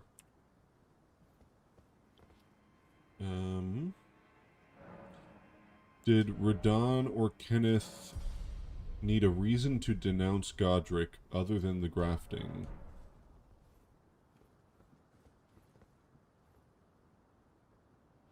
Other than the grafting. Well, was Godric grafted when he first came to Stormvale? My assumption is he only started doing that once he got here, which is why you have all the rooms with the limbs and stuff, and he has tarnished hunts, you know, based out of Stormvale. So, You there? Come over here, would you? no.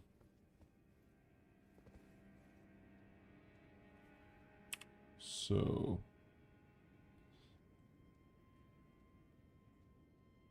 interesting design. Two circles. Come over here, would you? Two abysses. The Greater Will, Abyss, Void. Two fingers.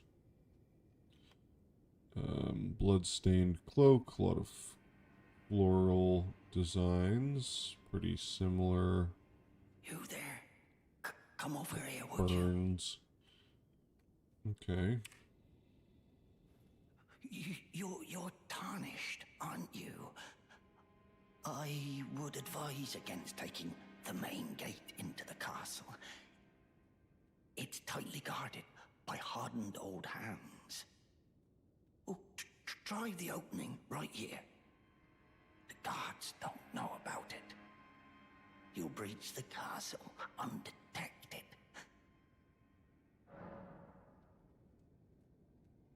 Yes, that's the spirit.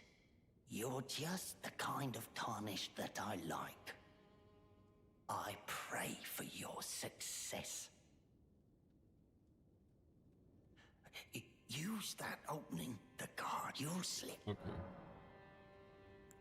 Of course, I understand. When you approach the gates, I'll signal them to open. It's only your neck on the line. The guards haven't Okay, let's try it. So did he discover the literature in Stormvale? Open the gates! This might just be an error in my fantasy, but I imagine him rediscovering the Horn-Sent Shaman rituals. That's a really nice idea. The flesh of shamans melds harmoniously with others. We also have Godskin stuff in Stormvale. So yeah, it may be that he hid here and then discovered some way to start this grafting process. Doesn't he imply earlier grafting? I don't think so. And we also have, in Morgoth's dialogue in his intro cutscene, he calls Godric the Golden, not Godric the Grafted. I think that's right. So I wonder... We'll get these when we go around the other way. Stormvale, so we've got Banished Knights. This seems to be associated with them.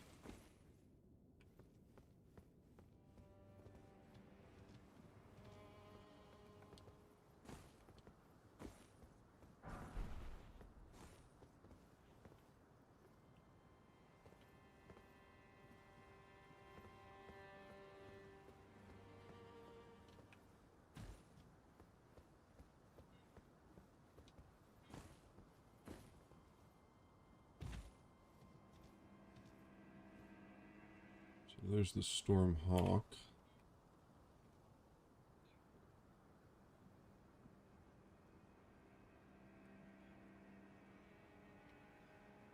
It's really an eagle.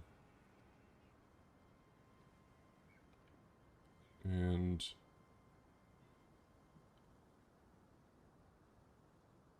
they had their legs completely cut off in order to have these things. That's what it looks like. The sword monuments refer to him as the Golden as well?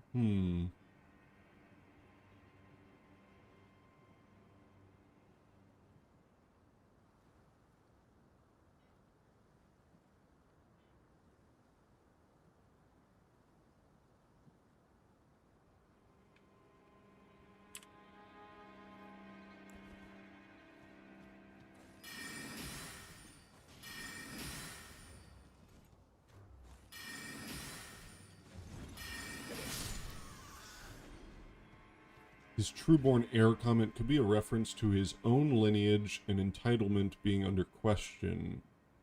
Maybe he's trying to take Godwin's place after his death.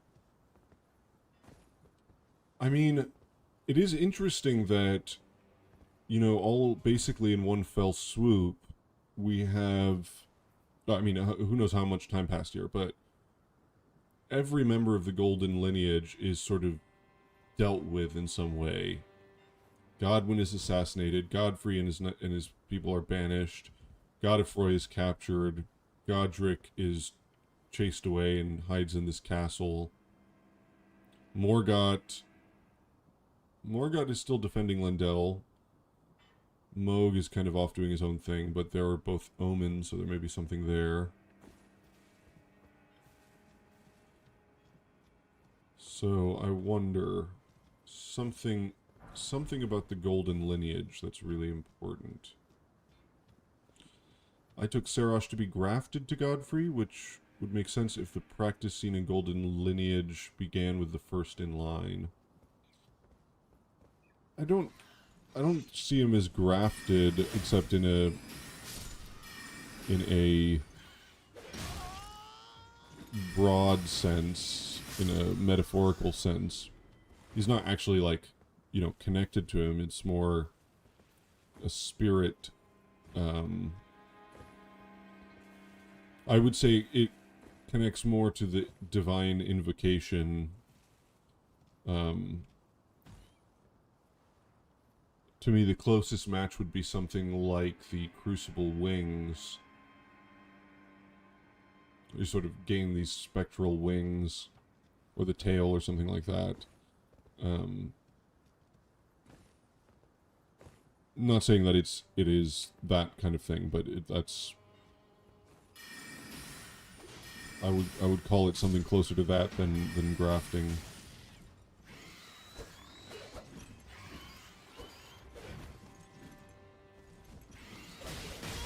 Oops, right.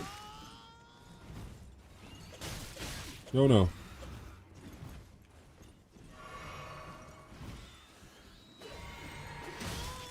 Bruh.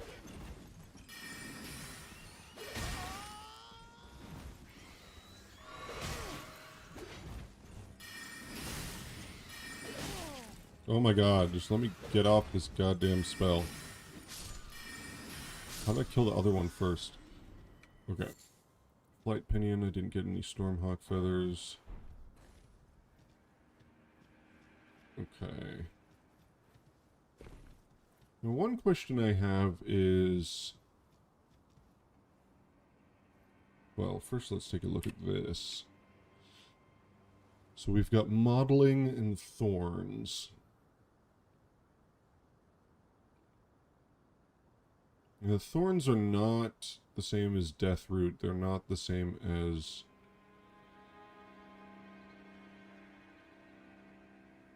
that. But, let's see. These guys are covered in thorns as well. The Guilty wear thorns. The Red Thorn Round Shield is a protection against fire.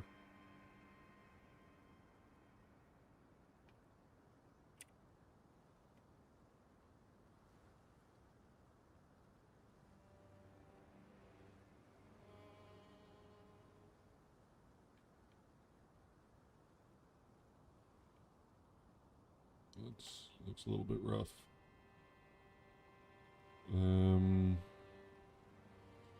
Roman style armor. I've connected these to Elimer's armor visually, and I believe there are not 1.0, but maybe something even earlier, that Elimer was a Stormvale mob, which would kind of make sense. He was called a Vulture Knight, which again would connect to the bird theme.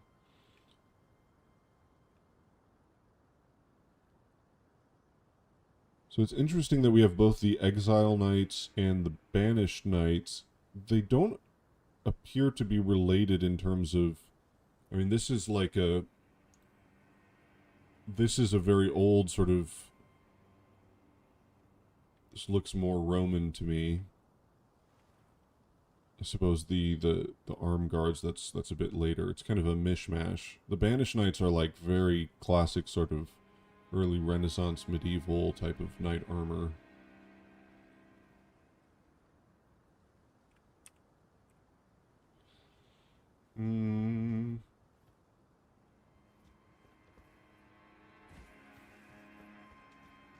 Perhaps Sarosh in Godfrey was a more spiritual / primordial form of grafting, but how we see it with Godric is a bastardized form just to gain power. I'm hesitant to call it grafting because that has a specific meaning in this context. Or even melding. It's not that they're merged. It's that Sarosh is doing something to Godfrey's, controlling him.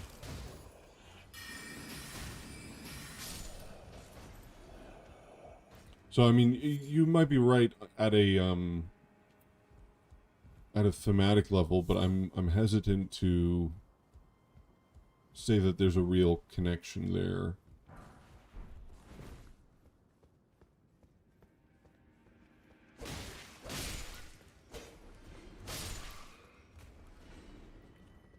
So we go in the back entrance. We've got basically a cellar here.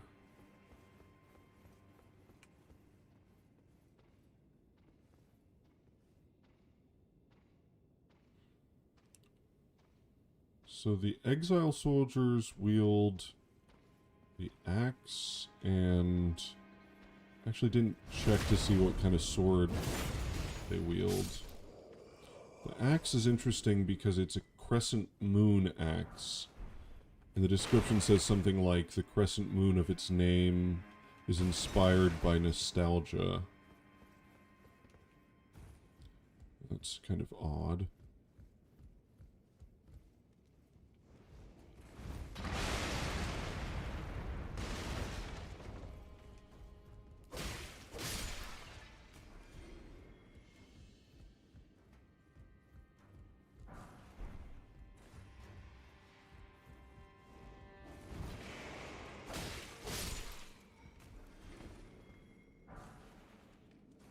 St. Trina's arrow. Now that's an odd item to find here. Priests of St. Trina use these arrows to spread their teachings. The sweet oblivion of sleep can become quite the habit.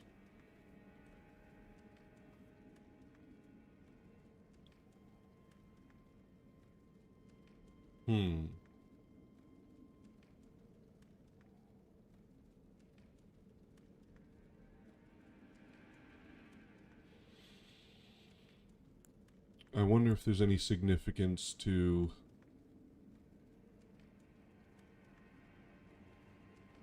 that. Why would St. Trina priests be in Stormvale? Hook claws. So maybe we have an assassin of some kind in Stormvale. Actually, where did we find that? Was that on a body?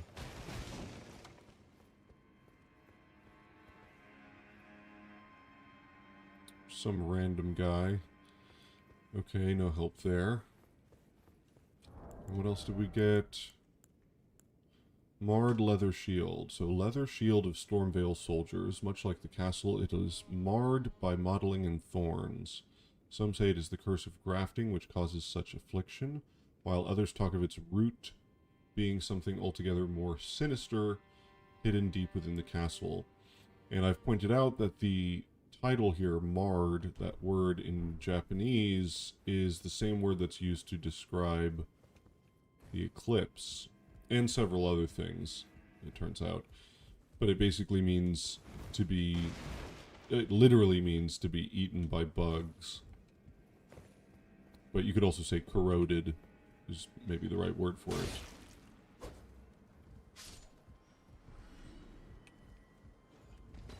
So they wield torch poles, crescent moon, axe, marred leather shield.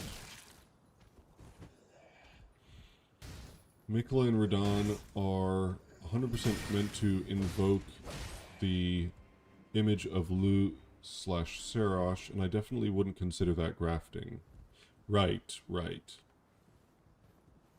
Yeah, that's what I would connect it with, is some sort of divine invocation.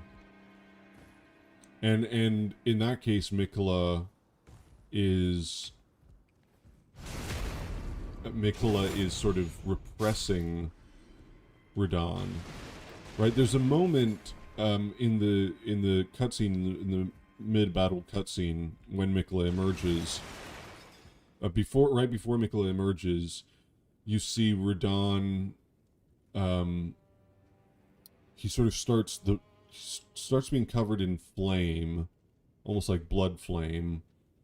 Or maybe, who knows if that's the Moog part or the Radon part that's being coated in flame. And then, as Mikla emerges, it sort of gets cooled by this gold aura. So it's like Mikla is repressing this flame inside of him.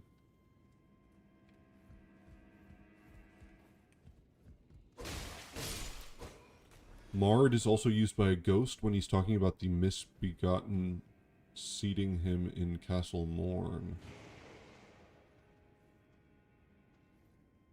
Oh. Really? We must have missed that ghost. Marred.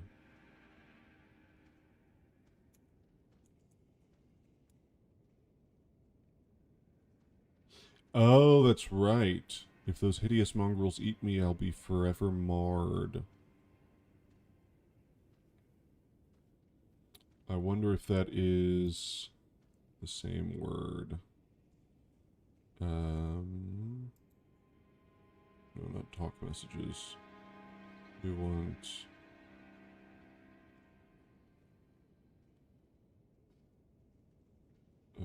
dialogue prompts?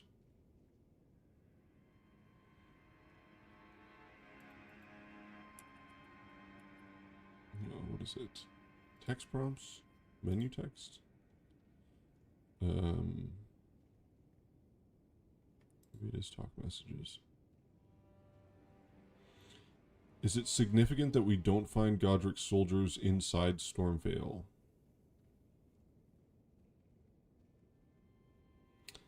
Right. Yeah, there's none of them.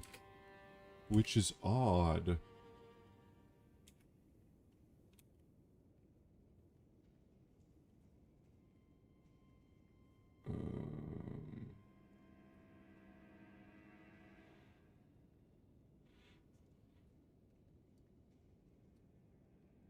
No, that's a different...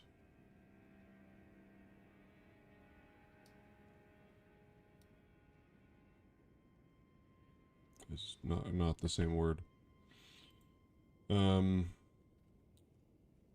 Whatever is happening to Radon in that cutscene can also be seen in the announcement trailer of Elden Ring. Right. Yeah, he bursts into flames. And his rune says that it burns to resist the encroachment of scarlet rot, and the Redmanes use fire to hold back the rot, so there is sort of a fire affiliation with Radon, which may be relevant in as much as he is the son of Radagon. And Rykard also, you know, has a fiery aspect to him, although that may not be an intrinsic quality. It may be something about the snake, but or Gelmir, but that's an interesting thought. Do you have any ideas or thoughts on possible connections between Serash and the Divine Beasts, Crunchy? Yes. Let me just kill this guy first. So, this is Gostock who locks us in here.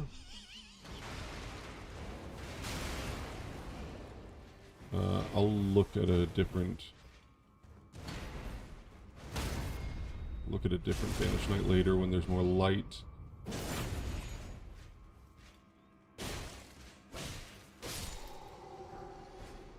Oh, nice.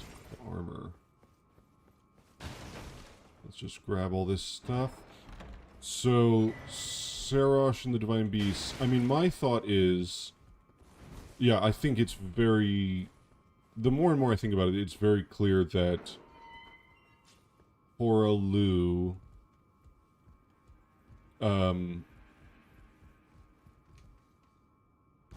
is related to the Hornsent culture. Several reasons being... There's a very... there's a very notable shot in Godfrey's cutscene where he stomps down. You see the foot. There's a very similar cutscene, a very similar shot in the Divine Beast cutscene where the foot stomps down. You have the Warriors of the Highlands hunted bears, and you have at least one of them who basically adopted a bear fighting style, which is similar to how Horalu fights. You have the Highland Warriors found, you know, the greatest thing to them was subjugating a great beast. You have the Divine Beasts is the lion. You have Ornis, who subjugated the Divine Bird and then sort of, you know, invoked it divinely. He took its wings, essentially. You have other things. You have Hoarfrost Stomp, which Hoarfrost, Horalu, and then the Hoarfrost Stomp is basically the Divine Beast Frost Stomp. It's the same idea. You have the Stormlord, who Godfrey fought alone, and I thought maybe that implies that Serash was actually the Stormlord, because otherwise why would he fight? Why would he fight alone? That's very specific wording. Or either it was Serash or it was someone that Serash couldn't fight, couldn't be there for it, or he just didn't want to fight. So there's a lot of different... And then obviously Godfrey's children, Moog and Morgott, are horned. They're basically horn-sent, and Godfrey still likes them. You know, he holds Morgott. He seems like he likes Morgott in a way that maybe Marika or the Erdtree didn't. So all of that suggests that Godfrey was coming from the Hornsent culture. And maybe the biggest thing is Serash is the Lord of Beasts. So if Serash was... That means either Serash was the Divine Beast, or he was like a top lieutenant of the Divine... I mean, if you've got a Divine Beast and a Lord of Beasts, they've got to be connected. And one thing to consider is maybe that... Because the thing that kind of goes against this is neither Godfrey or Serash have any connection to the storm in terms of what they show. Oh, hey Jig. So yeah, neither Godfrey or Serash show any connection to the storm. They don't use storm moves or anything like that. And neither of them have any horns on them either. But the Grandam says, when in the Divine Beast cutscene, she says, horn-decked beast from higher sphere delivered. And there's this whole thing about divine invocation. And the actual dancing lion is just like two people wearing a skin.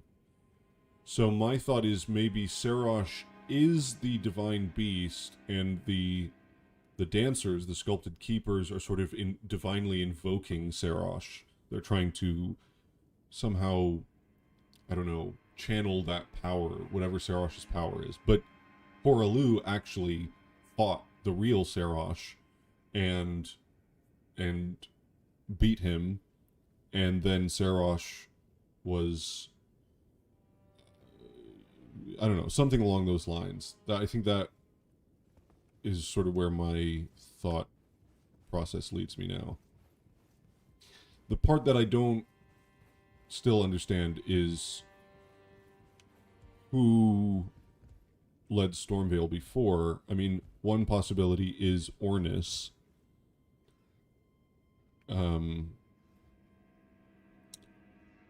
Where do we get the Hawk Crest shield? Because I do want to look at that.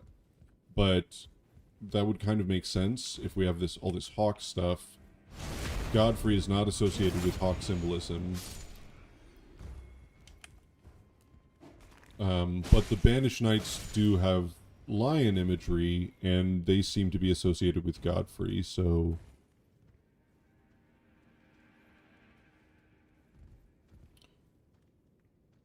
How can Serash be the Stormlord when Godfrey is already depicted in that giant portrait of him with the axe already broken? He was already Godfrey before it broke. But I don't think that... Why would the axe have to break in a fight with the Stormlord? Is that said? That the axe breaks?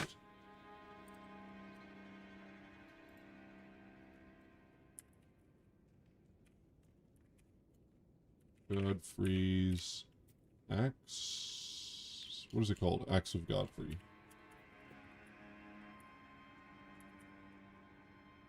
It was broken in a battle fought as leader of the Tarnished during the Long March. This weapon is symbolic of Godfrey's vow to conduct himself as a lord, later becoming an emblem of the Golden Lineage. So the axe I don't think means anything. He had the axe. I mean, I think Tarnished archaeologists actually suggested that the axe, the sort of rooty axe that's embedded into the round table, might have been Godfrey's first axe, and then after he beat Serash, he took Serash's axe, because that axe looks very similar to Farum Azula weapons. Let's see if I can compare them. So there's a Beastman Cleaver. Hold on. Let me just open up a couple of these. Where is it? Where is it?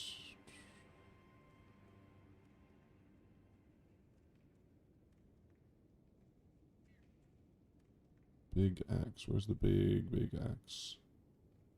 I must have passed it. Oh, there we go. Axe of Godfrey. And where's the little cleaver? So, Beastman's Cleaver. And then the Giant Cleaver. So, this is the one, yeah. So here's the Giant Cleaver, and then here's Godfrey's axe. You can see this sort of tentacly, rooty design looks pretty similar.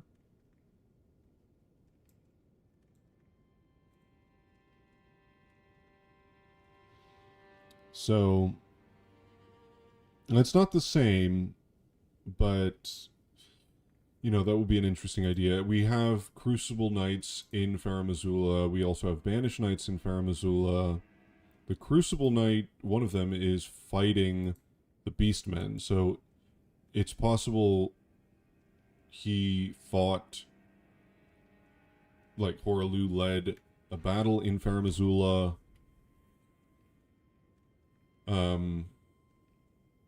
Hora only uses the axe as Godfrey, and he purposely discards it when he refers back to Hora. Godfrey only used this axe after his union with Sarash. Yeah, so that would all kind of align with it maybe being Sarash's axe, and then something that he took.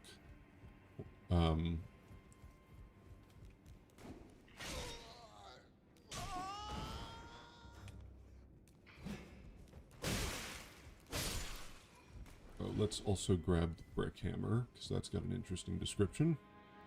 Oh, come on.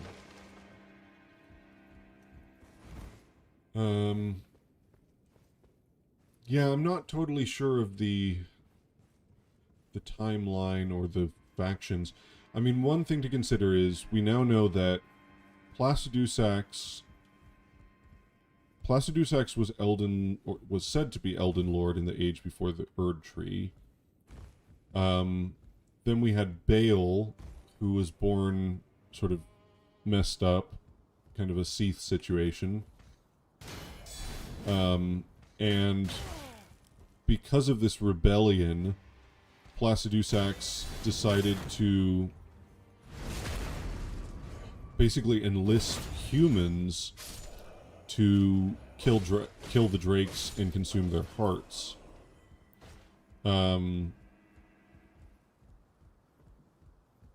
Now we have banished knights who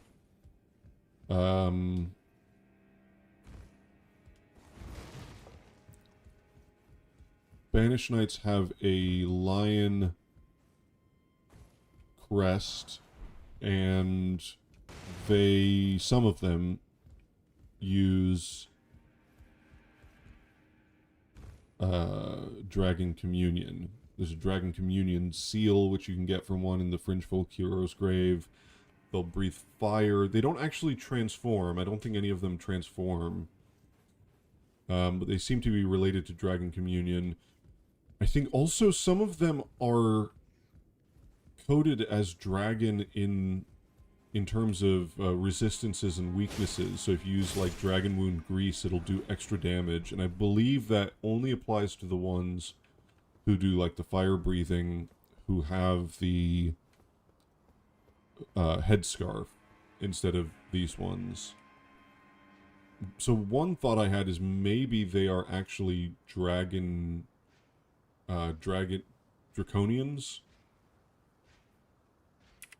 like the starting race, the people of the ancient dragons.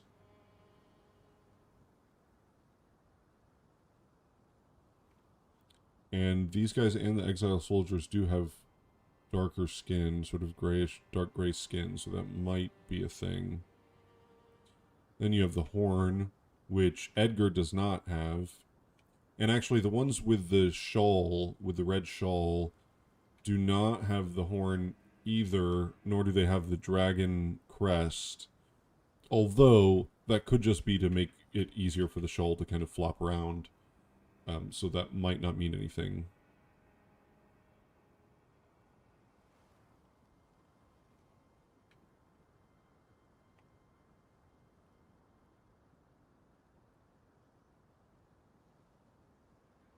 Listening to you talk about lore is incredibly relaxing.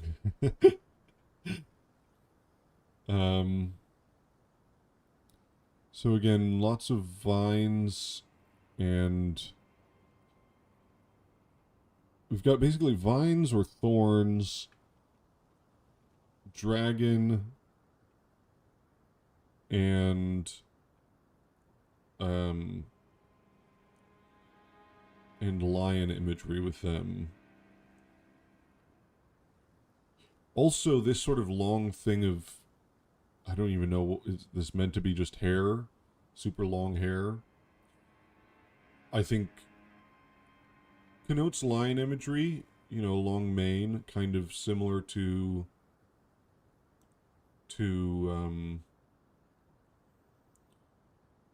the Radon Mikla image. But also, the Raging Wolf set kind of has something similar. So I wonder if that's related.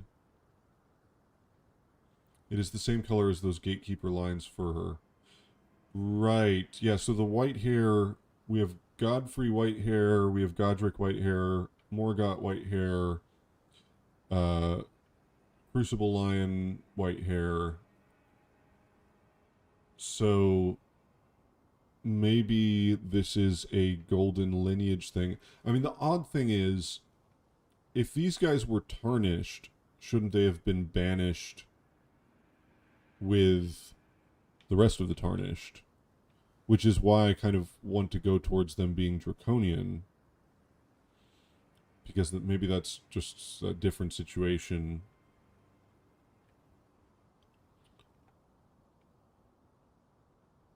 And then you have the generals who can also summon spirits, which is odd.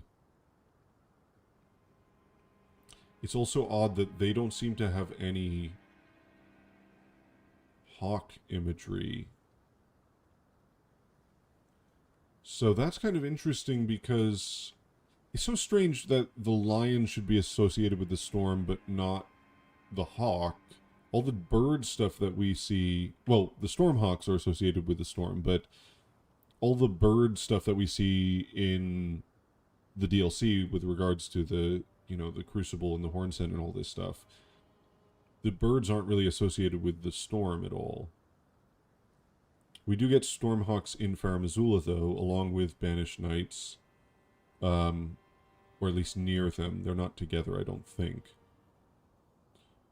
So maybe there is something there. I think in 1.0, Engval and Oleg were called the Wings of the Storm. No, maybe they're still called the Wings of the Storm.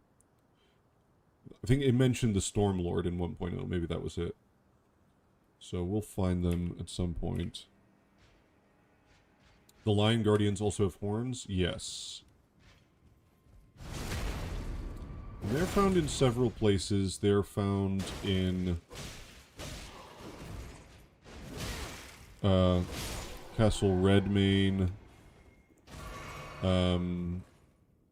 Also Lindell, which is interesting because in 1.0, Lindell was full of Banished Knights, and it didn't have any Lindell Knights. It was full of Banished Knights and Exile Soldiers like Stormvale and Castle Sol.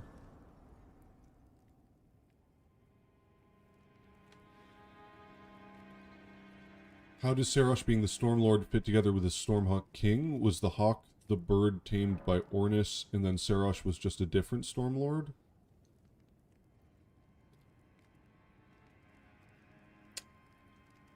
Maybe? That's the confusing thing, is this thing of lions being associated with storms rather than like the divine. We've got these divine bird and divine beast, right?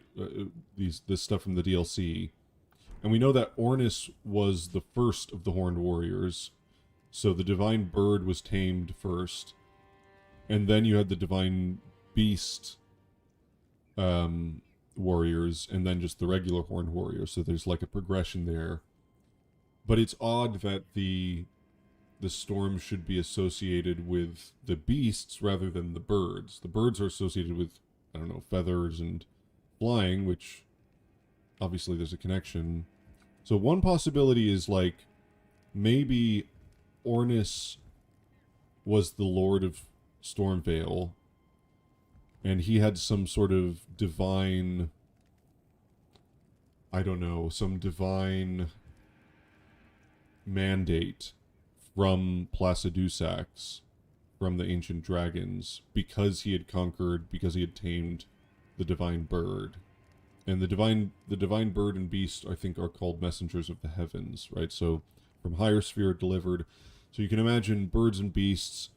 You have this divine bird and divine beast, which are sort of envoys of Placidusax and Farum Azula. Ornis is this great warrior who beats the divine bird up and tames it. And maybe that's the Stormhawk King. And then, because a crown is warranted with strength, so this in this day and age, it's about, you know, who's the strongest. So then Horalu comes along, he beats the divine. Maybe before he fought Sarosh, if he fought Sarosh, maybe actually the Stormlord was Ornis. Maybe he fought Ornis to gain control of Stormvale, or maybe he tamed Sarosh first, and then he fought Ornis. But Sarosh wouldn't fight Ornis because he's sort of allied with Placidusac, so it's just like, you know, against his code or something, or it's just you wanted to have a you know, a true warrior's test of strength for it to be fair, something like that, and then that would kind of explain why Godfrey's line kind of inherits this storm stuff. It's sort of like the divine mandate of the storm is passed on to the victor of that fight. I don't know, that's all like very highly speculative, but that's one thought. Crunch, the intro narrator refers to the Tarnished as ye dead who yet live, which makes me think the Tarnished could originate from the Sun Realm. I'm not following the connection. Can you elaborate on that? Oh my god. Can you just stand still? Stormhawk Feather. Oh, we got a bunch of items. Let's check them out. So, a feather from a hawk that lived as one with the storms. So, you see, in Stormvale, we get the Stormhawk connection. We get Stormhawks. We get them in Farum Azula. So there is that. But the divine bird is not associated with that, which is odd. And then there's also the twin bird, which is related to the death birds, but... And potentially that is related to hawks, because we get the Fallen Hawk shield, which depicts the Fallen Hawks as a black bird upside down. So maybe there's like a... You know, the hawk being the bird of life, and the crow being the bird of death, something like that. Silver pickled foul foot. Nothing too interesting there. Brickhammer, weapon made from an ordinary stone brick, wielded by a laborer who led a rebellion and later became a champion himself. The strength of a giant is required to wield it.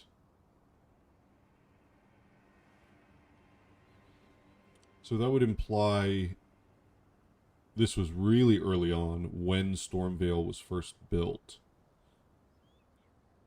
He led a rebellion. So that might have even been Horalu, which would actually connect back to my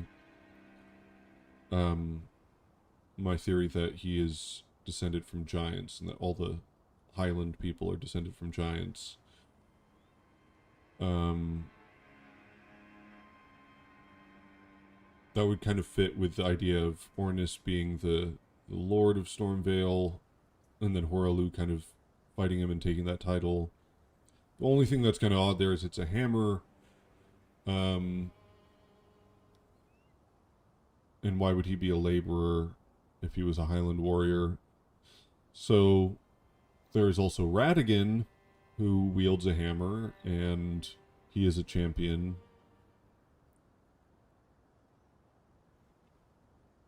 Feels like a pretty strong connection to Radigan, I feel. I mean, there is also the statue of Radigan in Stormcaller Church. But then that just makes things even more confusing, because how does Radigan fit into all of this storm, divine beast, divine bird stuff? And if this was Radigan, then who was he leading the rebellion against? Was he leading it against Godfrey? Why was there a laborer after Godfrey had already taken command of Stormvale? Or is this maybe just some random person that is not anyone that we know already?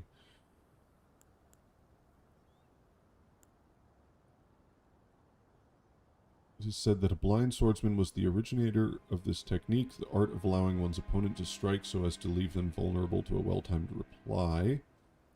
This relates to Melania and the blind swordsman, which is odd to find in Stormvale.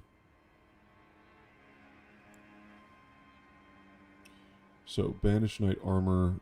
This armor was worn by knights who, whether by misfortune or misdeed, were forced to abandon their homes. So where were their homes?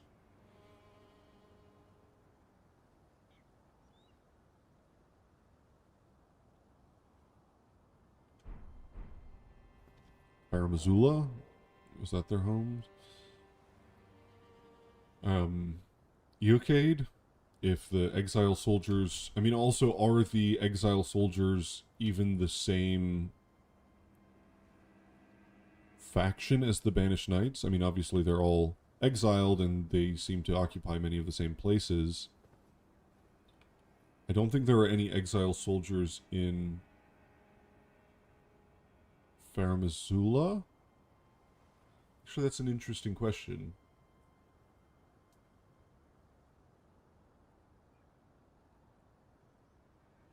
I don't recall any. So I wonder if they are actually a different faction, even though they're so closely connected.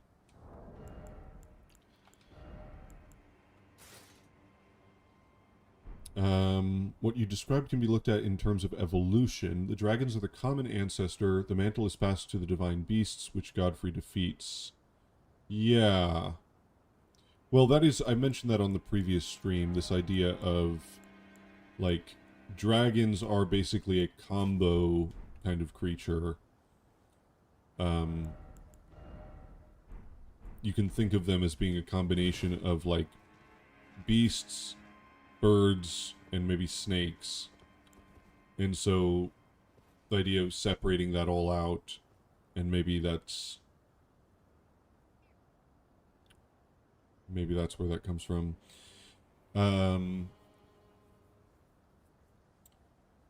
Radigan's scar seal from a Zamor warrior, who are enemies of giants. Yeah, that's also a good point. Banished Knight are connected to so many things. They are in several castles in Faramazula and near the Dragon Communion altar in Caelid. You're cutting Godwyn out of the equation. The golden lightning that's so present in the Banished Knight / Stormhawk axe is there for a reason. Well, is that related to Godwyn, or is that just related to the storm? Because we don't get any, like... Godwyn is not associated with lions or hawks. Right? I mean, I can't think of anything besides the fact that it's... that he's the golden lineage.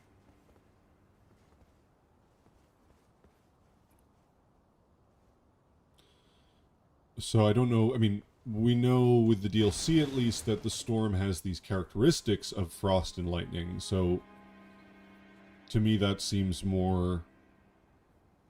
It seems to stem from that, whereas Godwyn's lightning seems to stem from the fact that he beat dragons and started taking their power.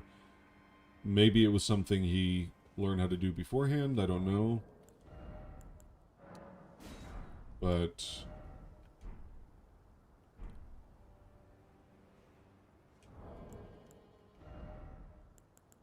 let's see. Isn't the hammer association with Radigan a red herring? The hammer he wields is Marika's, and that's specifically a Newman hammer from outside the lands between. Yeah, it's possible it is. It's interesting that it says the strength of a giant is required to wield it, though. And also, smithing was once considered divine. The art of smithing was said to originate amongst the giants. So, it's not obvious that that connection isn't meant to be there, but it's hard to see how it fits with Marika exactly. Golden lightning is Godwyn's, and it's everywhere in the divine hawk / beast culture. but it being on the Stormhawk axe implies it existed for a long time.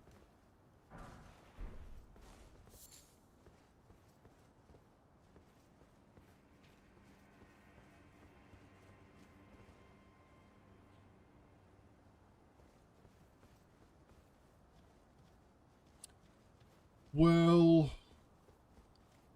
yeah, it's difficult to know what to make of that because, right, there's primeval red lightning, but also gold, primordial gold was tainted red, or tinted red, rather. It could be that it's not anything particular to Godwyn, it's just something about weaker lightning is golden rather than red.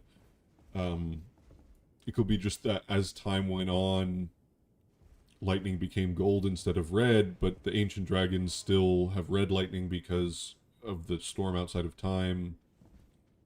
You know, there's lots of different ways that could be connected. Oh, I missed your earlier comment. Those who live in death are connected to the Sun Realm, and there could be specific reason why Deathblight only affects and is weaponized on Tarnished. That's a good point. The Deathblight thing. That's a very good point. Deathblight only affects Tarnished. And so does Frenzy, for that matter. The connection between the Sun Realm and those who live in death is just that there's one particular type of those who live in death who wields the Sun Realm shield, which it depends on whether you think that they're all from the same culture or they're a variety of different cultures. If they're all from the same culture, that would definitely connect them to the Sun Realm. And I also pointed out earlier on the stream and last stream that I think the shawl on the grave scythe wielding those who live in death looks very similar to the altars related to the stone sheathed sword, which would connect them to the ruins of Unta and the ancient ruins of Rao in that culture, which is potentially connected to the Sun Realm for a variety of reasons. The shield is ancient, right? They were just reanimated corpses. Yes.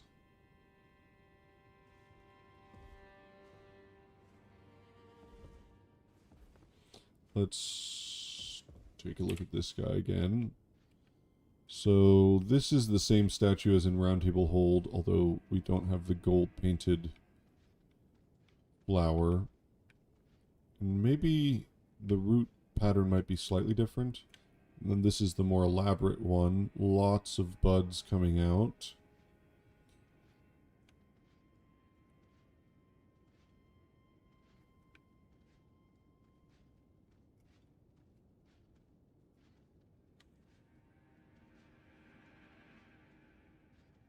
And what is this altar?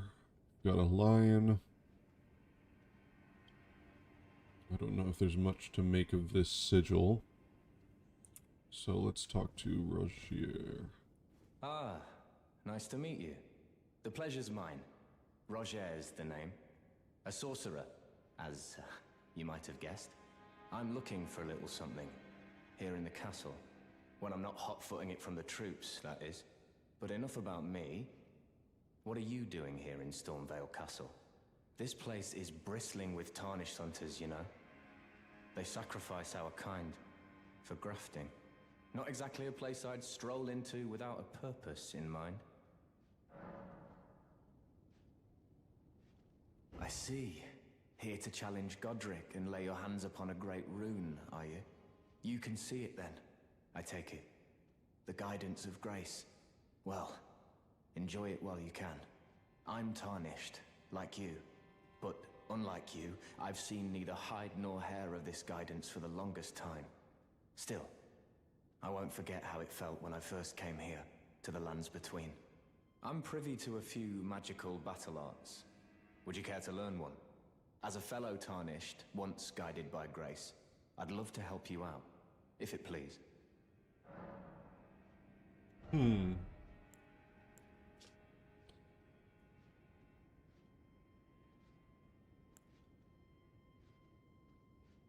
He's got carrion battle art. 2 of them. Defensive skill employed by carrion princesses.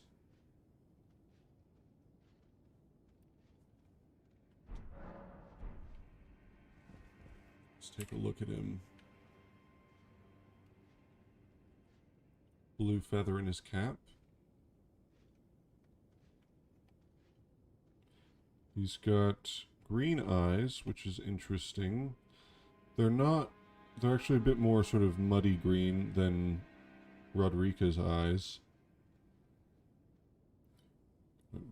Nice jewel here. Several nice jewels, a lot of jewels in fact. Green and gold.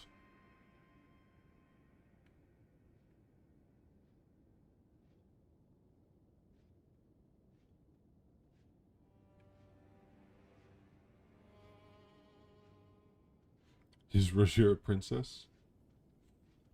He's the 3rd sister, in fact.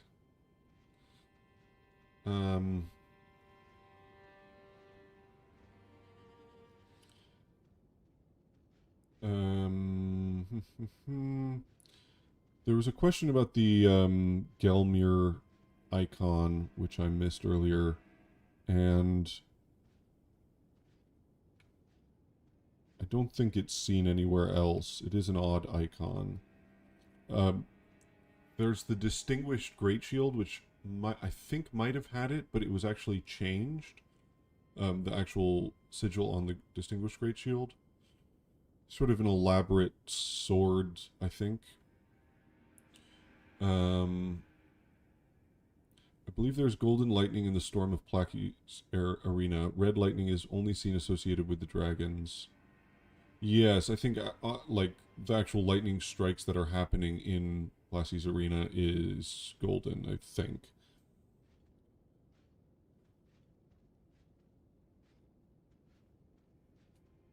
Do you believe the roots the gardener is standing on is the crucible? Something like that. Again, sort of, what is the crucible exactly?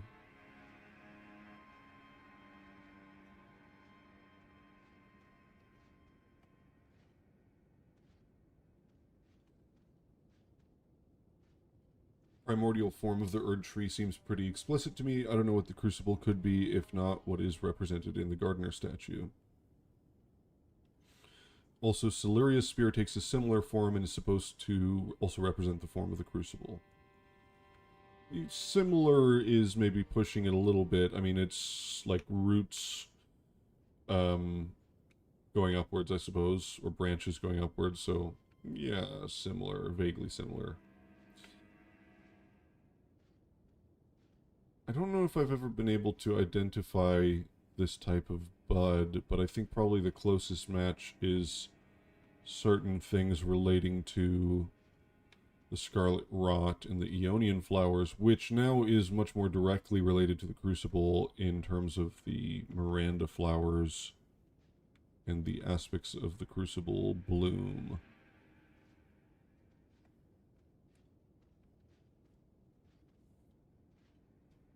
All the normalized current and spiral energy threw me off.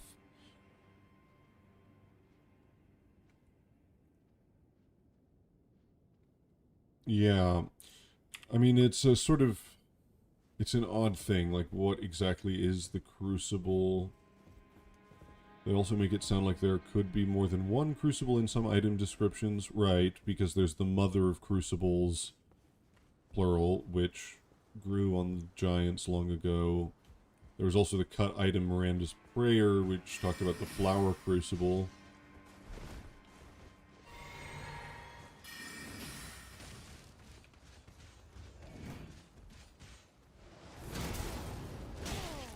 Oops.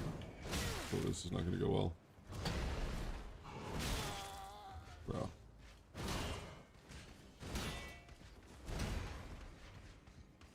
Shouldn't be heavy rolling like this. Oh. Lame. I gotta not be heavy rolling. The Dragon's Legacy, maybe.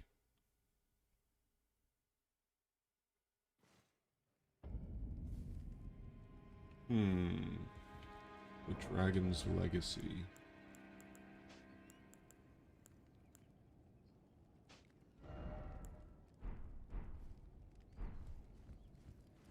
Crucible is weird.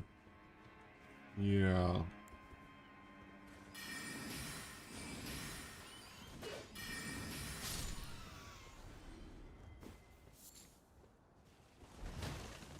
Regarding the lightning colors, it's strange to me that the red lightning pot says... Come on. Give me 1 second here.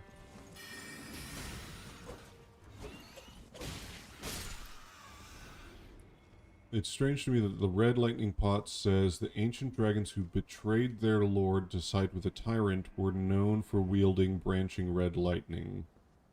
Someone pointed out that the effect of that pot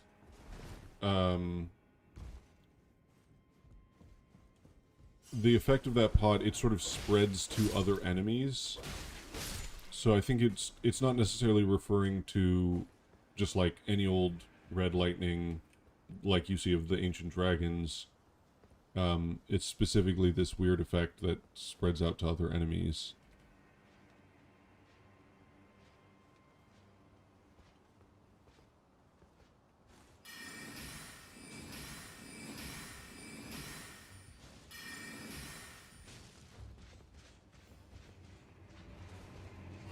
Let's go.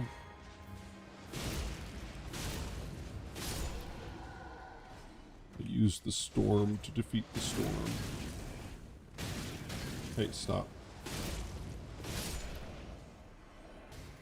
Maybe Senesac sided with Bale? I think that's the implication, yeah.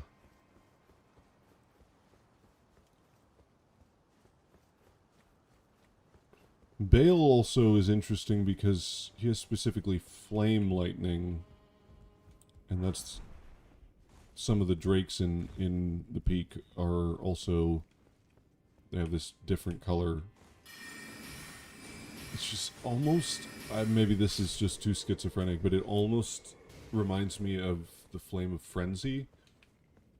It's got that sort of red-gold mixture.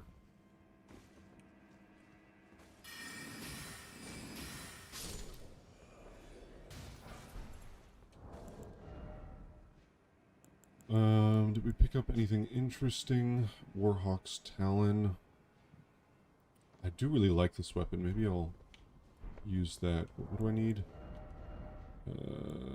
16 dex. Okay. Oh, did I also not look at the Bird Steel Dagger? Grass crest engraved upon the blade. Carried by Erdtree royalty. Yeah, nothing too interesting there. Magma lightning seems more appropriate. Yeah. Considering his talisman. Yeah, I mean, it is specifically called flame lightning, but that could be right. Again, going back to the thing I was talking about with...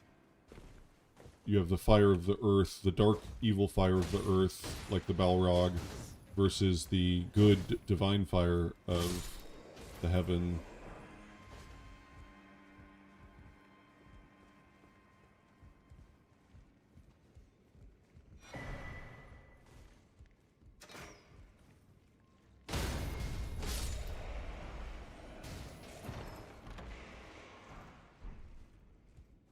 Turtleneck. Bale makes me split my lungs with blood and thunder. Solid of scale ye might be.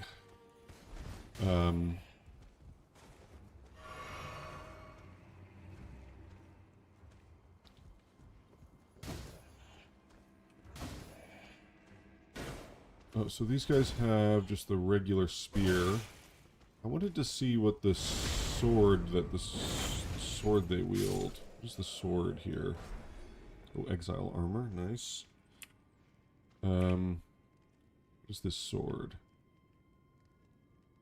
Just a long sword. Okay, nothing special. What's the meaning of the sleeping animals right before putrescent night? I don't know. Just related to Saint Trina.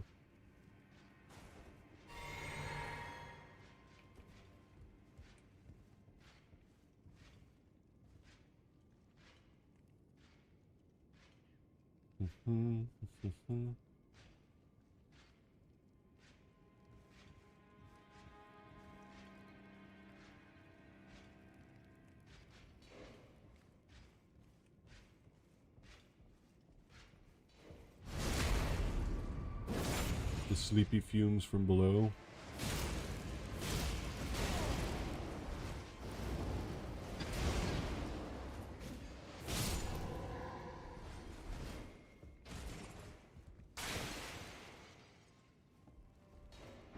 And then we have the Mimic's Veil, which is very odd. So first let's read this one. Large, deep red cloth worn by soldiers sent to the penal colonies. Essentially, what, Limgrave? Which I think was also called the Fringes. Or the Fringe Folk Hero's Grave. Mimic's Veil. It's got a picture of the Elden Ring on it. Golden Veil of intricate design. When Godric was hounded from Lindell, the royal capital, this was one of a multitude of treasures he took with him, also known as Marika's Mischief. Such an odd thing. Marika's Mischief. Why is Marika associated with disguising herself?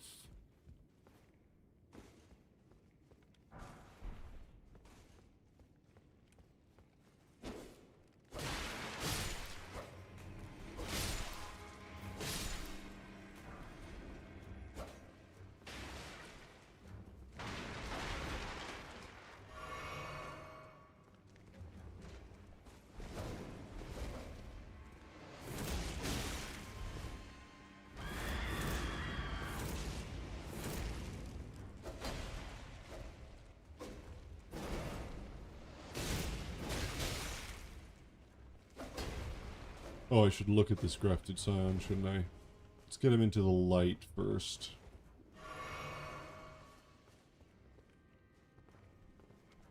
That's pretty good.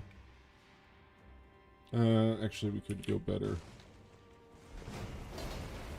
Let's bring him over here.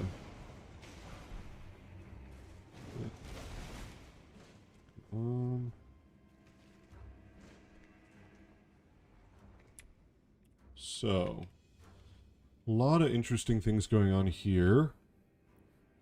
Golden eyes. It's a young boy. Gray or white hair. And we've got the lion crest here. I assume this is a member of the golden lineage. Ornamental straight sword. It's a really cool looking sword, actually. I like that hilt. We've got some various things put together here. Bunch of limbs, a bunch of... Is that a troll torso? We've got blue feathers.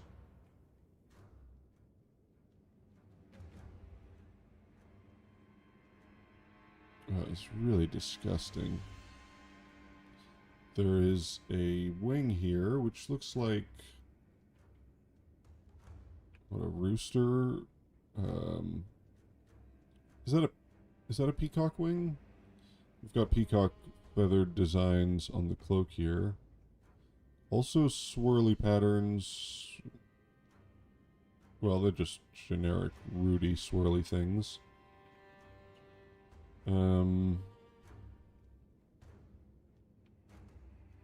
Interesting that birds, like, why would you craft birds to yourself? That seems odd. Seems like an odd choice. Kind of able to be associated with a veil in the land of shadow? Yes. Does this name straight up refer to America as a mimic?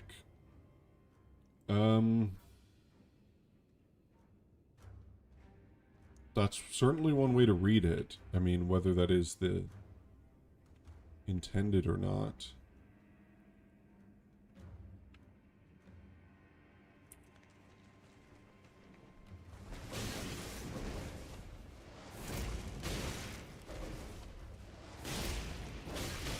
Oops.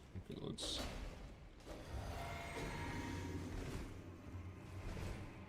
Come on. Could be a translation thing as well. I can look up the Japanese. Give me a second here.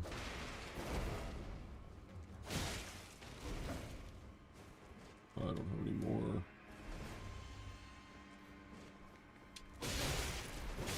Ugh. I just want to kill this guy. Right, fine.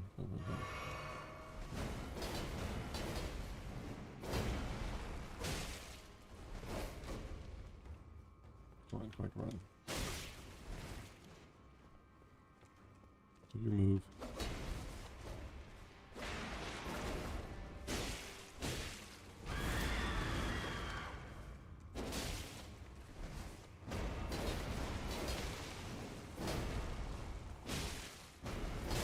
Hey, you're not allowed to do that twice in a row.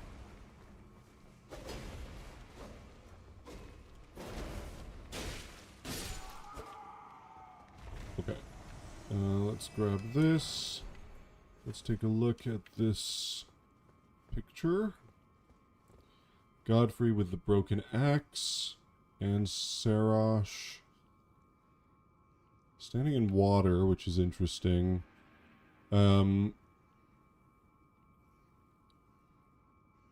Could be a depiction of Godfrey leaving.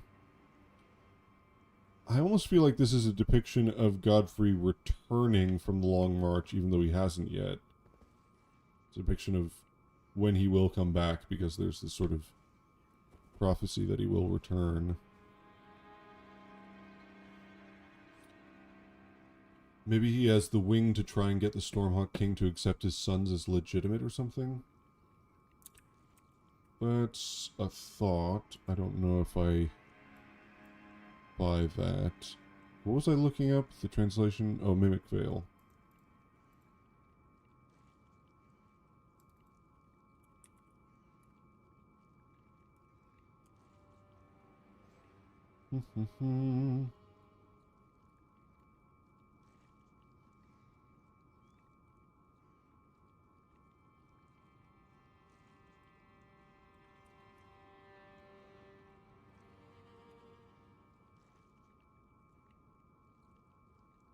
Mimicry, yeah. Mimic Veil seems pretty correct. Also known as America's, yeah, mischief or joke or fun. America's fun. She liked to have fun pretending to be random objects.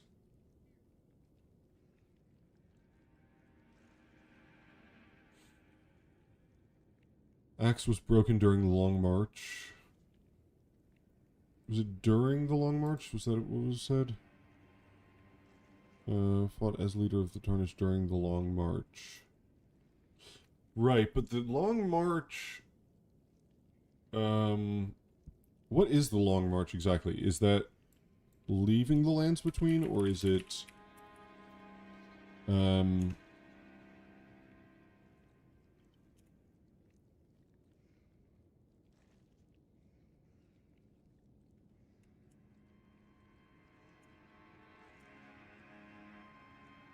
What I mean is the Long March, like, when he concluded the Long March, was he outside the lands between?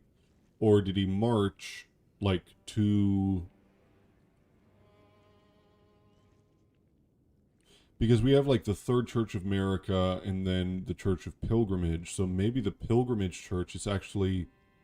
Maybe that's the Pilgrimage of the Tarnished. Maybe they made the Long March from the capital down to the Church of Pilgrimage, and then that's where he divested... That's where he divested himself of kingship and was, you know, left in boats.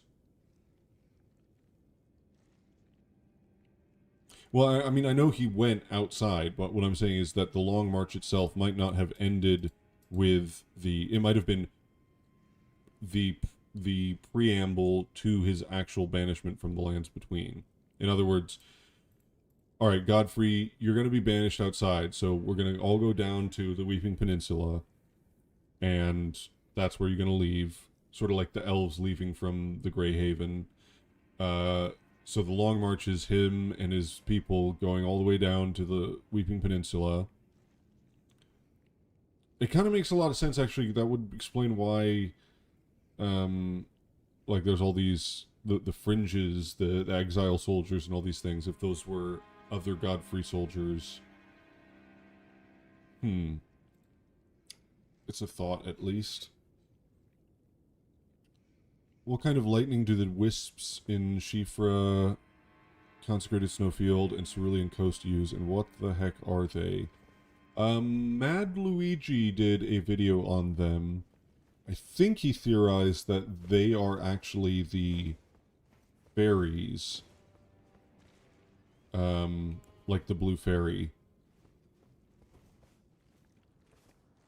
You know, Ensel and Insel and Shifra are both references to stories about fairies.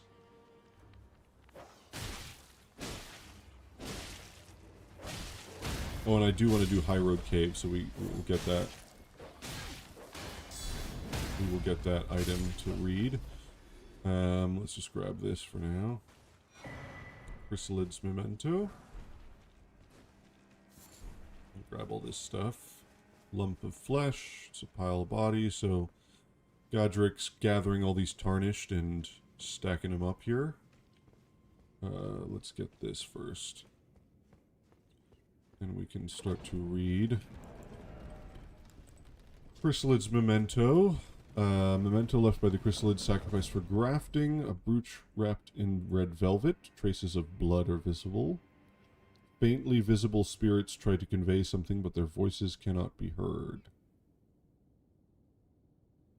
Interesting. So, like the gold-tinged excrement, the beast blood, which has gold in it, never rots or decays. So gold is something which is preserved, which is interesting when we contrast it with the idea that rot is related to the crucible now, via the Miranda flowers. Highland Axe. We've covered that before.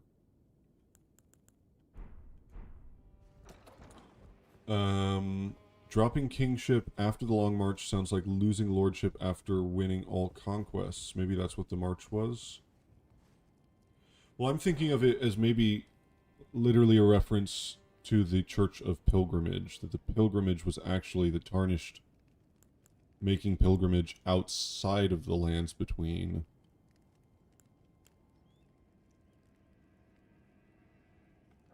I don't know. It's just a theory. I mean, logistically speaking, like, Godfrey has to leave the lands between. Well, I don't know what, he's got to go on a boat, right? So they have to get to the boat, they have to get to the coast, so he did have to walk to the coast at some point. So why not that be the Long March then?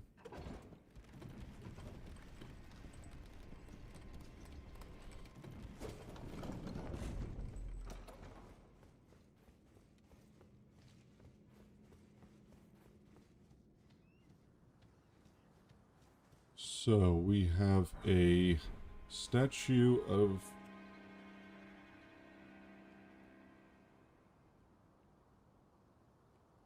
a woman, possibly America, probably America, with an urn or a vase pouring something. Blessing. This relates back to the Church of Anticipation.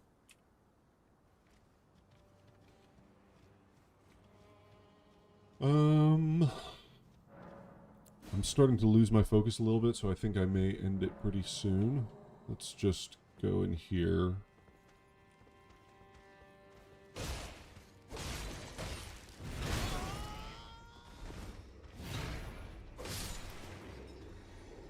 Can I carry these guys? Oh, nice.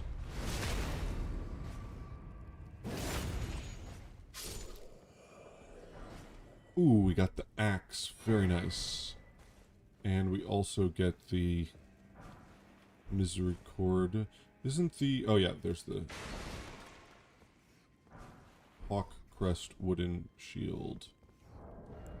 So, the Hawk Crest Wooden Shield. This is the long-forgotten crest of Stormvale. Ancient in design. And what does it block against? Nothing really that special. I guess lightning, kind of. But that, someone, I think it was the Alchemist again, who I've mentioned a couple times on these streams, pointed out that this could be literally Ornis, because those could be horns coming out of his head, which is a thought I really like. I can... If we look at those... Let's see.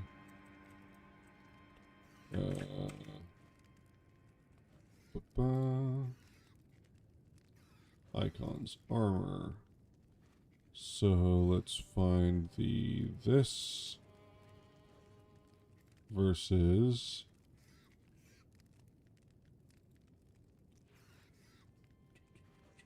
Where was it? This. So, there's Storm, Crest of Stormvale. Oops. You know? A horned bird.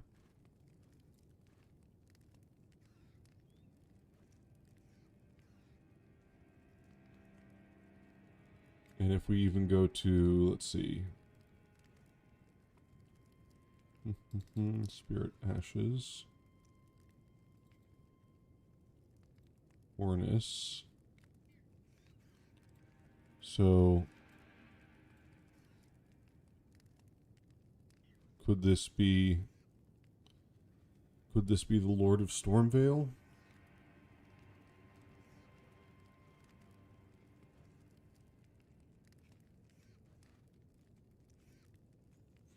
You know, it's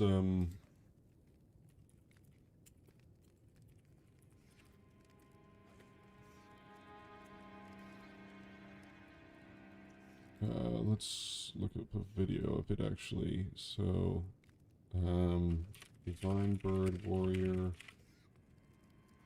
Elden Ring. I want to see a fight.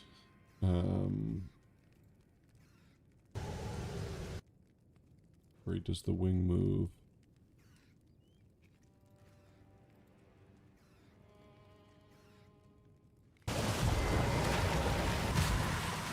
Oh, no, you didn't give me the fight. There we go.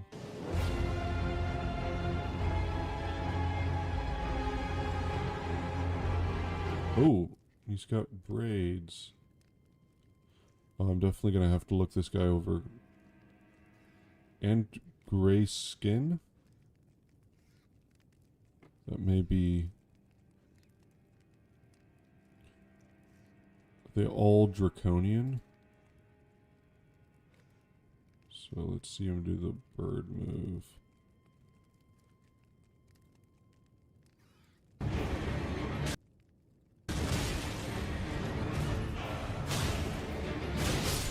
that move.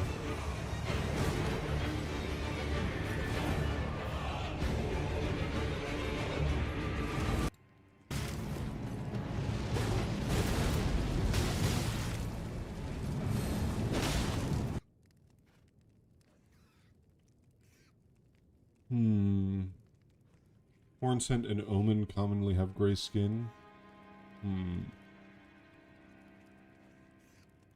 The people in the Divine Beast costume also have gray skin. True, true. And Horalu does not, so that would be...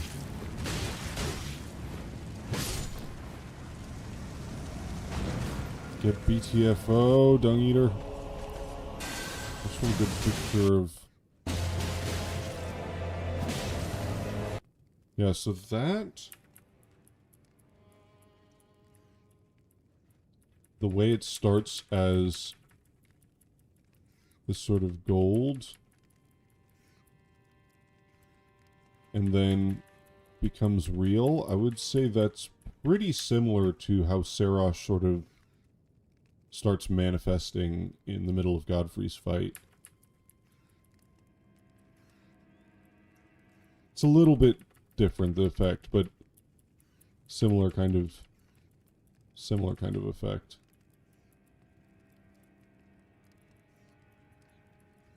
Did Horalu get resurrected in the same way that as Radon and as Marika became god?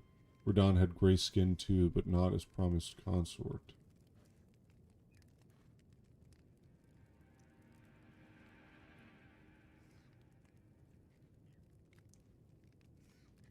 The wings almost look more like fur than feathers. That's true, actually. Yeah, that's odd. They are very furry. They're very, like, strandy. They're not really... Not very feathery. That's interesting.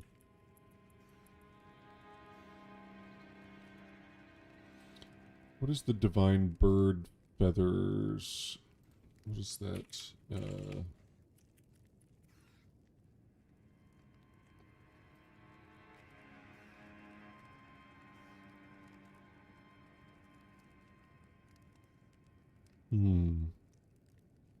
I wonder if they're really feathers. Well, in any case, I think I want to end it here. Let me just see. Did we get anything else? Misericord. Medicine is mercy.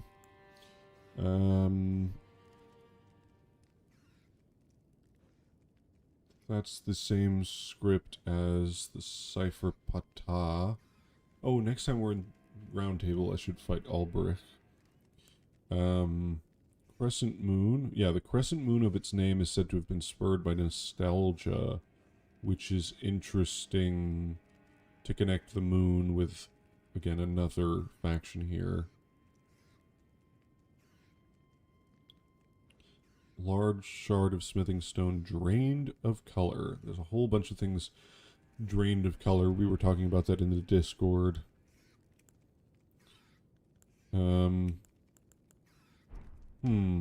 The hawk. Yeah, I don't know. I don't know. Hawks, lions, the storm, Placidusax.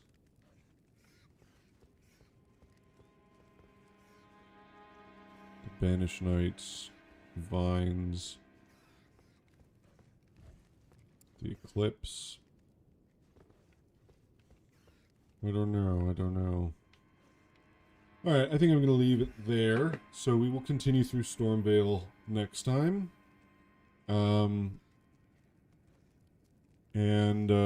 If you're not in the Discord, you can use the link in the description and help me figure out what the heck is going on with the storms.